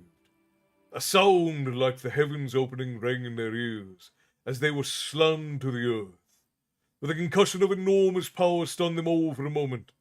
From beyond the edge of prominence, they were climbing an astonishing roiling ball of orange and yellow flames rushed heavenward. It rose at a rapid rate, expanding as it went, and in the terrible beauty of its glow, they could see trailing debris being lifted upward. Dull thuds rang through the ground beneath them as the last reservoirs of naphtha began to ignite, ripping the keep apart. Stone, charred fragments, wood, and the bodies were being sucked skyward as if some giant wind blew straight up. Arutha lay upon the ground, staggered by the display. Shrieking wind passed him, and then came an immense blast of heat. For a moment, the air burned their noses and stung their faces, as if they stood within feet of the mouth of a giant furnace. Amos had to yell over the noise. The stars below the citadel blew. We vented it all day and night, so it would become explosive. His words were faint as ears rang, then were drowned out by another titanic explosion as the ground bucked and heaved under them, followed instantly by a series of lesser detonations, the concussion of the reports hammering at them like physical blows. They were still 200 yards from the cliff overlooking the city, but the heat was nearly unbearable where they lay. Guy shook his head to clear it and said, "It's so much more than we had thought," Locklear said. If we had reached the edge of the cliff, we'd have been cooked. Jimmy cast a glance backwards. It's a good thing. It's a good thing we got out of the cave as well. They all craned their heads around to look back where he pointed. The ground continued to heave and more explosions sounded as rocks and debris rolled slopes past them. Below, the hillside had changed. The entire contents of the tunnel had been blown clear by the first massive explosion, covering the hillside opposite the cavern with a litter of body parts and rubble. Then the ground heaved and pitched as another massive explosion sounded. Again a fireball rose overhead, though not as massive as the last. There was a surging, rolling motion of the ground, and a third tremendous explosion came. Then some minor trembling, as they lay still, lest they be tossed again by the shaking earth. After a time, the ground only echoed with dull thuds. They stood, still 200 yards or more from the edge of the cliff. They gathered and watched as the utter destruction of Armangar was accomplished.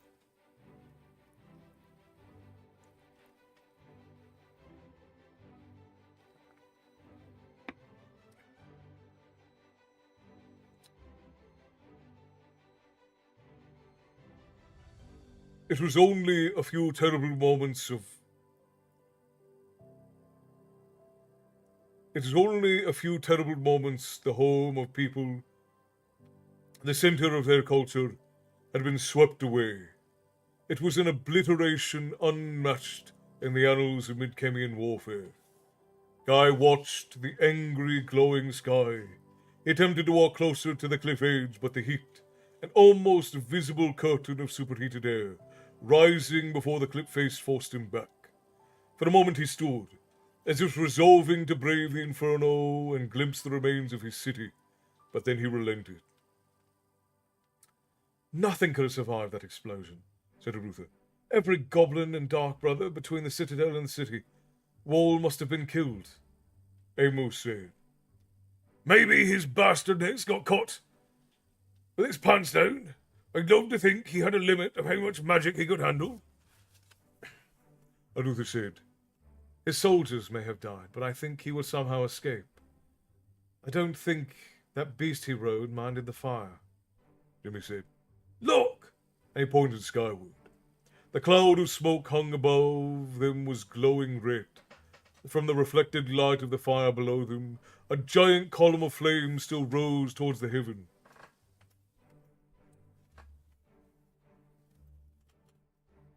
Against the angry backdrop, a single figure could be seen riding in the air upon the back of a glowing red steed. It seemed to be descending as if running downhill in a circle. It was clearly making its way back to the heart of Myrmidamis's camp. Son of a mangy bitch, swore Amos. Can't take anything to kill that dung-eater. Guy looked about. I don't know. But now we have other worries. He began to climb down, and they discovered that the entire cavern had collapsed beneath them. Where the cave mouth had been, only a mass of rubble extending out into the gully could be seen.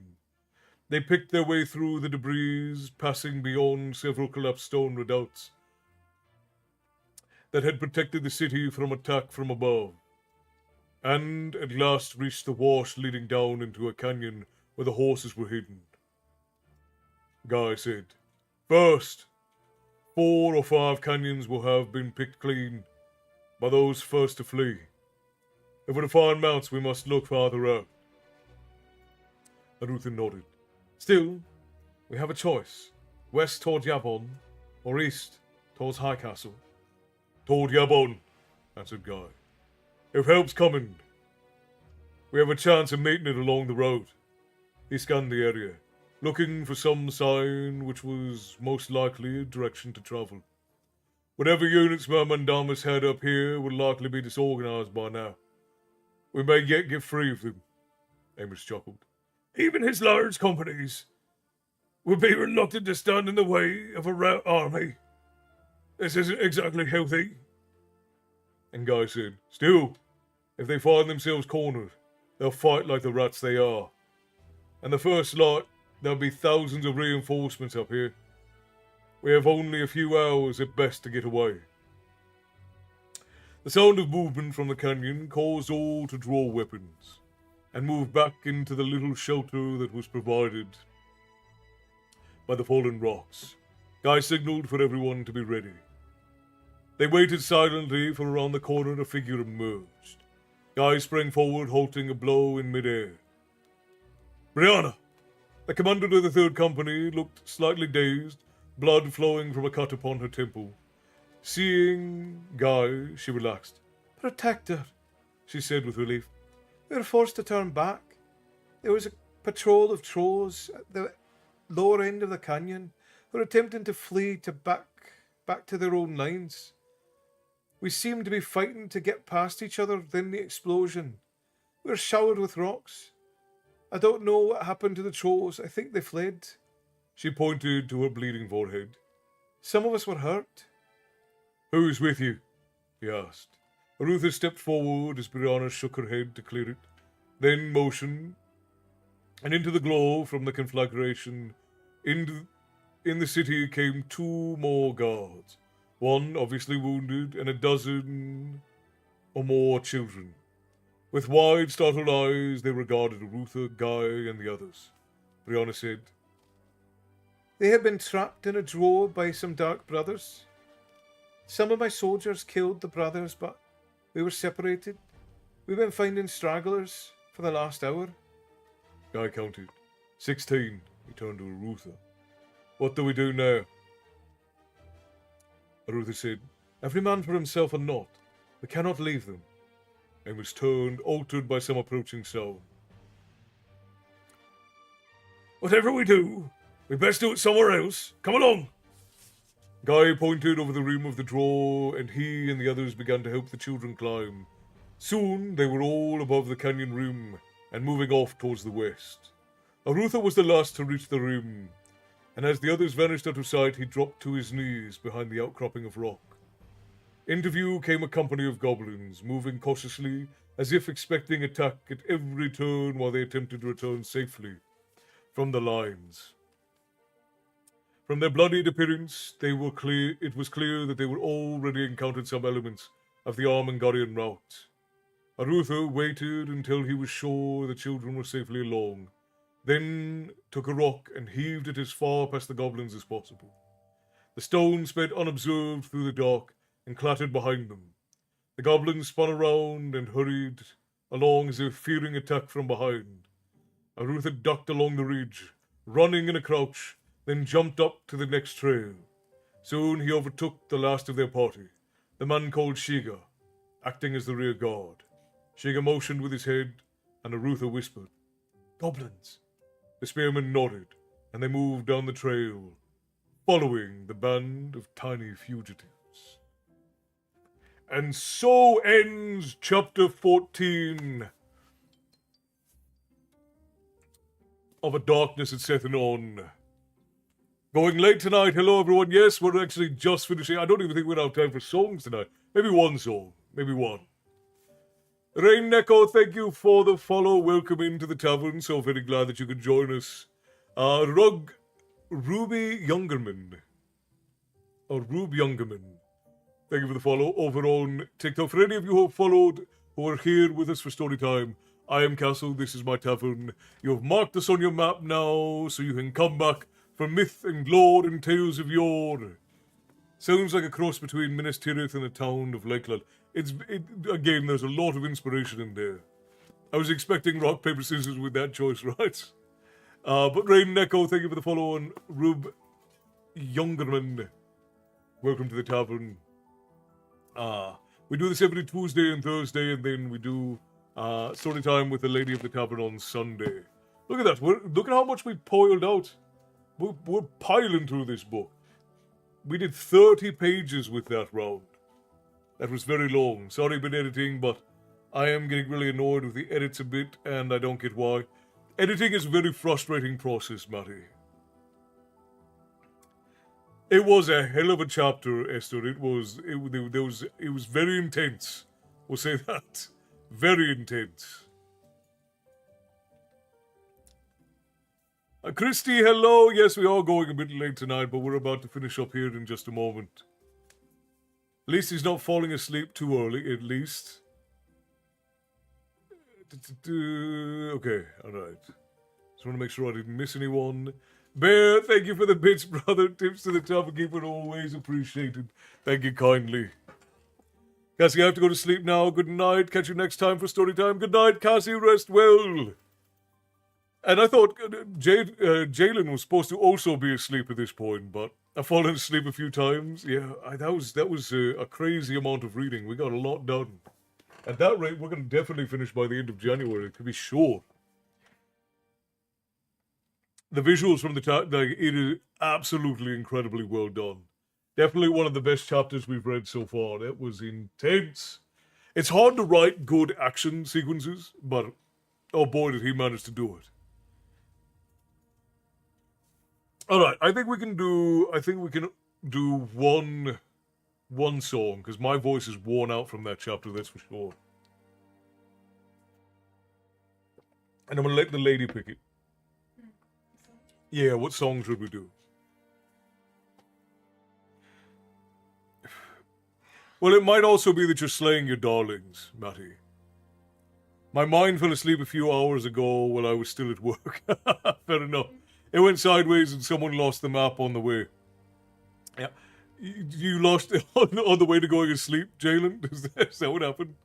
Oh. Let's do Star of the County Down. Star of the County Down. I am terrible at the Star of the County Down. But, no, you've already said it. It has to be done now. It has to be done now. You've never done Photo Shade of Violet? I don't know that I'm good enough at it.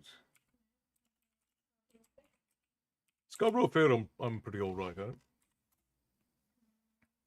You haven't done the Hobbit walking song? I have not done the Hobbit walking song. And that one's cute. I am thrilled that you're enjoying the story. Oh, I love it. I love it to bits. Molly, have a good night. I'm so glad that you were here. I hope you rest well. I've been listening while playing a new game I got on Steam. Yeah, what new game did you get, Tyson? Lego Star Wars The Sky. The Lego games are always a good gaff. I was always a good gaff.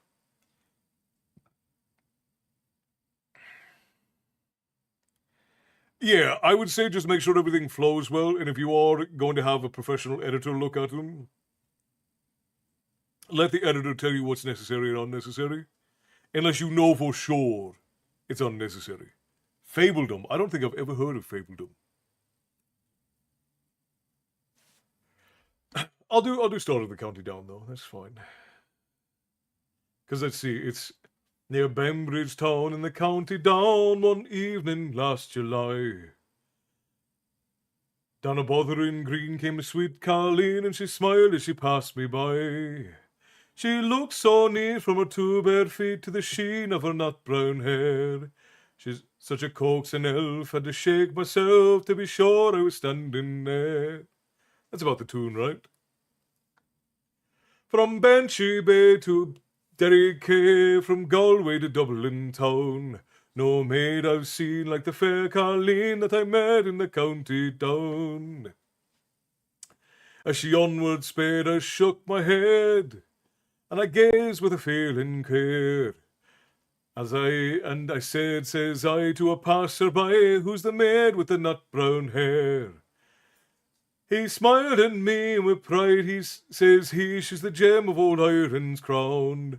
Young Rosie McCann from the Briggs of the Band, she's the star of the county down. From Bantry Bay to the Derry Quay, from Galway to Dublin town, no maid I've seen like the fair Colleen that I've in the county down. She'd a soft brown eye and a look so sigh and a smile like a rose in June. And you held each note from her auburn throat as she lilted lamenting tunes.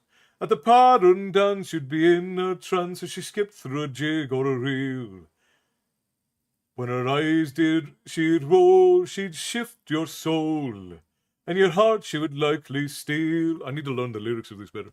I think I've got the tune right. From Bantry Bay to the Derry Quay, from Galway to Dublin town, No maid I've seen like the fair Colleen that I met in the county down. At the harvest share should be surely there, and I'll dress in my Sunday clothes, with my hat cocked right and my shoes shine bright, for the smile from the nut-brown rose. No horse I'll yoke, no pipe I'll smoke, till the rust in my plough turn brown. And a smiling bride by my own fireside sits the star of the county down. From Bantry Bay down to Derry Quay, from Galway to Dublin town, no maid I've seen like the fair Colleen that I met in the county down. She'd a soft brown eye and a look so sly, and a smile like a rose in June. And you held each note from her auburn throat as she lilted lamenting tunes. At the parrot dance you'd be in a trance as she skipped through a jig or a reel. When your eyes she'd roll as she'd lift your soul, and your heart she would lightly steal. From Bantry Bay to Derry Quay, from Galway to Dublin town, no maid I've seen like the fair Colleen that I met in the county down. Near Bambridge town in the county down, one evening last July, down a bothering green came a sweet Colleen, and she smiled as she passed me by. She looked so neat from her two bare feet to the sheen of her nut-brown hair. Such a coaxing elf had to shake myself to be sure I was standing there. From Bantry Bay down to Derry Quay, from Galway to Dublin town, no maid I've seen like the fair Colleen that I met in the county down. From Bantry Bay down to Derry Quay, from Galway to Dublin town, no maid I've seen like the fair Colleen that I met in the county down. From Bantry Bay down to Derry Quay, from Galway to Dublin town, no maid I've seen like the fair Colleen that I met in the county down. Hey, what's going on? So talk, I appreciate you for the stretch. Oh! Rockhound, how goes it? Hope your new year is going well, brother. Glad to see you, Grin. Very glad to see you as well, Rockhound. I am doing very well. We just finished up Storytime, and that's going to be our only song for the evening, as my throat is worn out. 30 straight pages of reading, that was a lot. Oh. Hex, how goes it, my friend? It's good to see you. You're all coming in at the very end. All right, my friends, I do think that this is where we're going to end for the evening. Thank you to everyone who marked the tavern on their map tonight. We appreciate you. To everyone who tipped the tavern keepers, you're spectacular. And to all of you who showed up here tonight to enjoy Storytime, thank you kindly, my friends. We are glad to have your eyes and your ears and your attention. It means the world to us. Doing pretty good, just chilling. How you doing? I'm doing spectacular, mate. Just getting work done as much as I can. Enjoying some story time has been absolutely spectacular. Guten Nacht, Tyson. Haben Sie eine wunderbare Nacht. I hope you rise tomorrow and have a spectacular day. Let's raid out to share the love. I'm sure some of our friends are on. If you're over in the Twitch portal, we're gonna raid out to share the love with some of our friends. Let's see. Falcourt is on, so we'll raid Falcourt. She's got quite a few folks watching her, so we'll just go join in over there. Just a reminder, everybody, that tomorrow is the last day for our yearly. We only do one sale a year on Tavern Gear. Tomorrow is the last day for it. So if you're going to get yourself some Tavern Gear, right about now is the time to do it. Falcor the Book Dragon. Probably related in some way, who knows? To all of, and to any one of you who are writers who want to participate in the Tavern Writing Contest, the new prompt will be out this week, and the winners from last week will be announced. And yeah, for any of you who don't know about the Tavern Tales Writing Contest, you can write a tavern, you can write a short story for a tavern prompt, and you'll be in the running to get your story into a published compendium of all of the tales that were done throughout this year, alongside stories written by the lady and I. So, all right, my friends, that is going to be it for us for this evening. While it is sad that we must part, we will. Good night, Bobby. Good night, everybody. It was oh so wonderful to have you all here with us tonight. And while it is sad that we are parting, we will again gather the next time that you all seek a story. Thank you all for your love and support this fine evening. And thank you to all of the new folks and to the old folks. It's grand that the tavern continues to spread all throughout the world. So until the next time that we gather, my friends, I will bid you all stay bloodthirsty. Until next time, good night, my friends.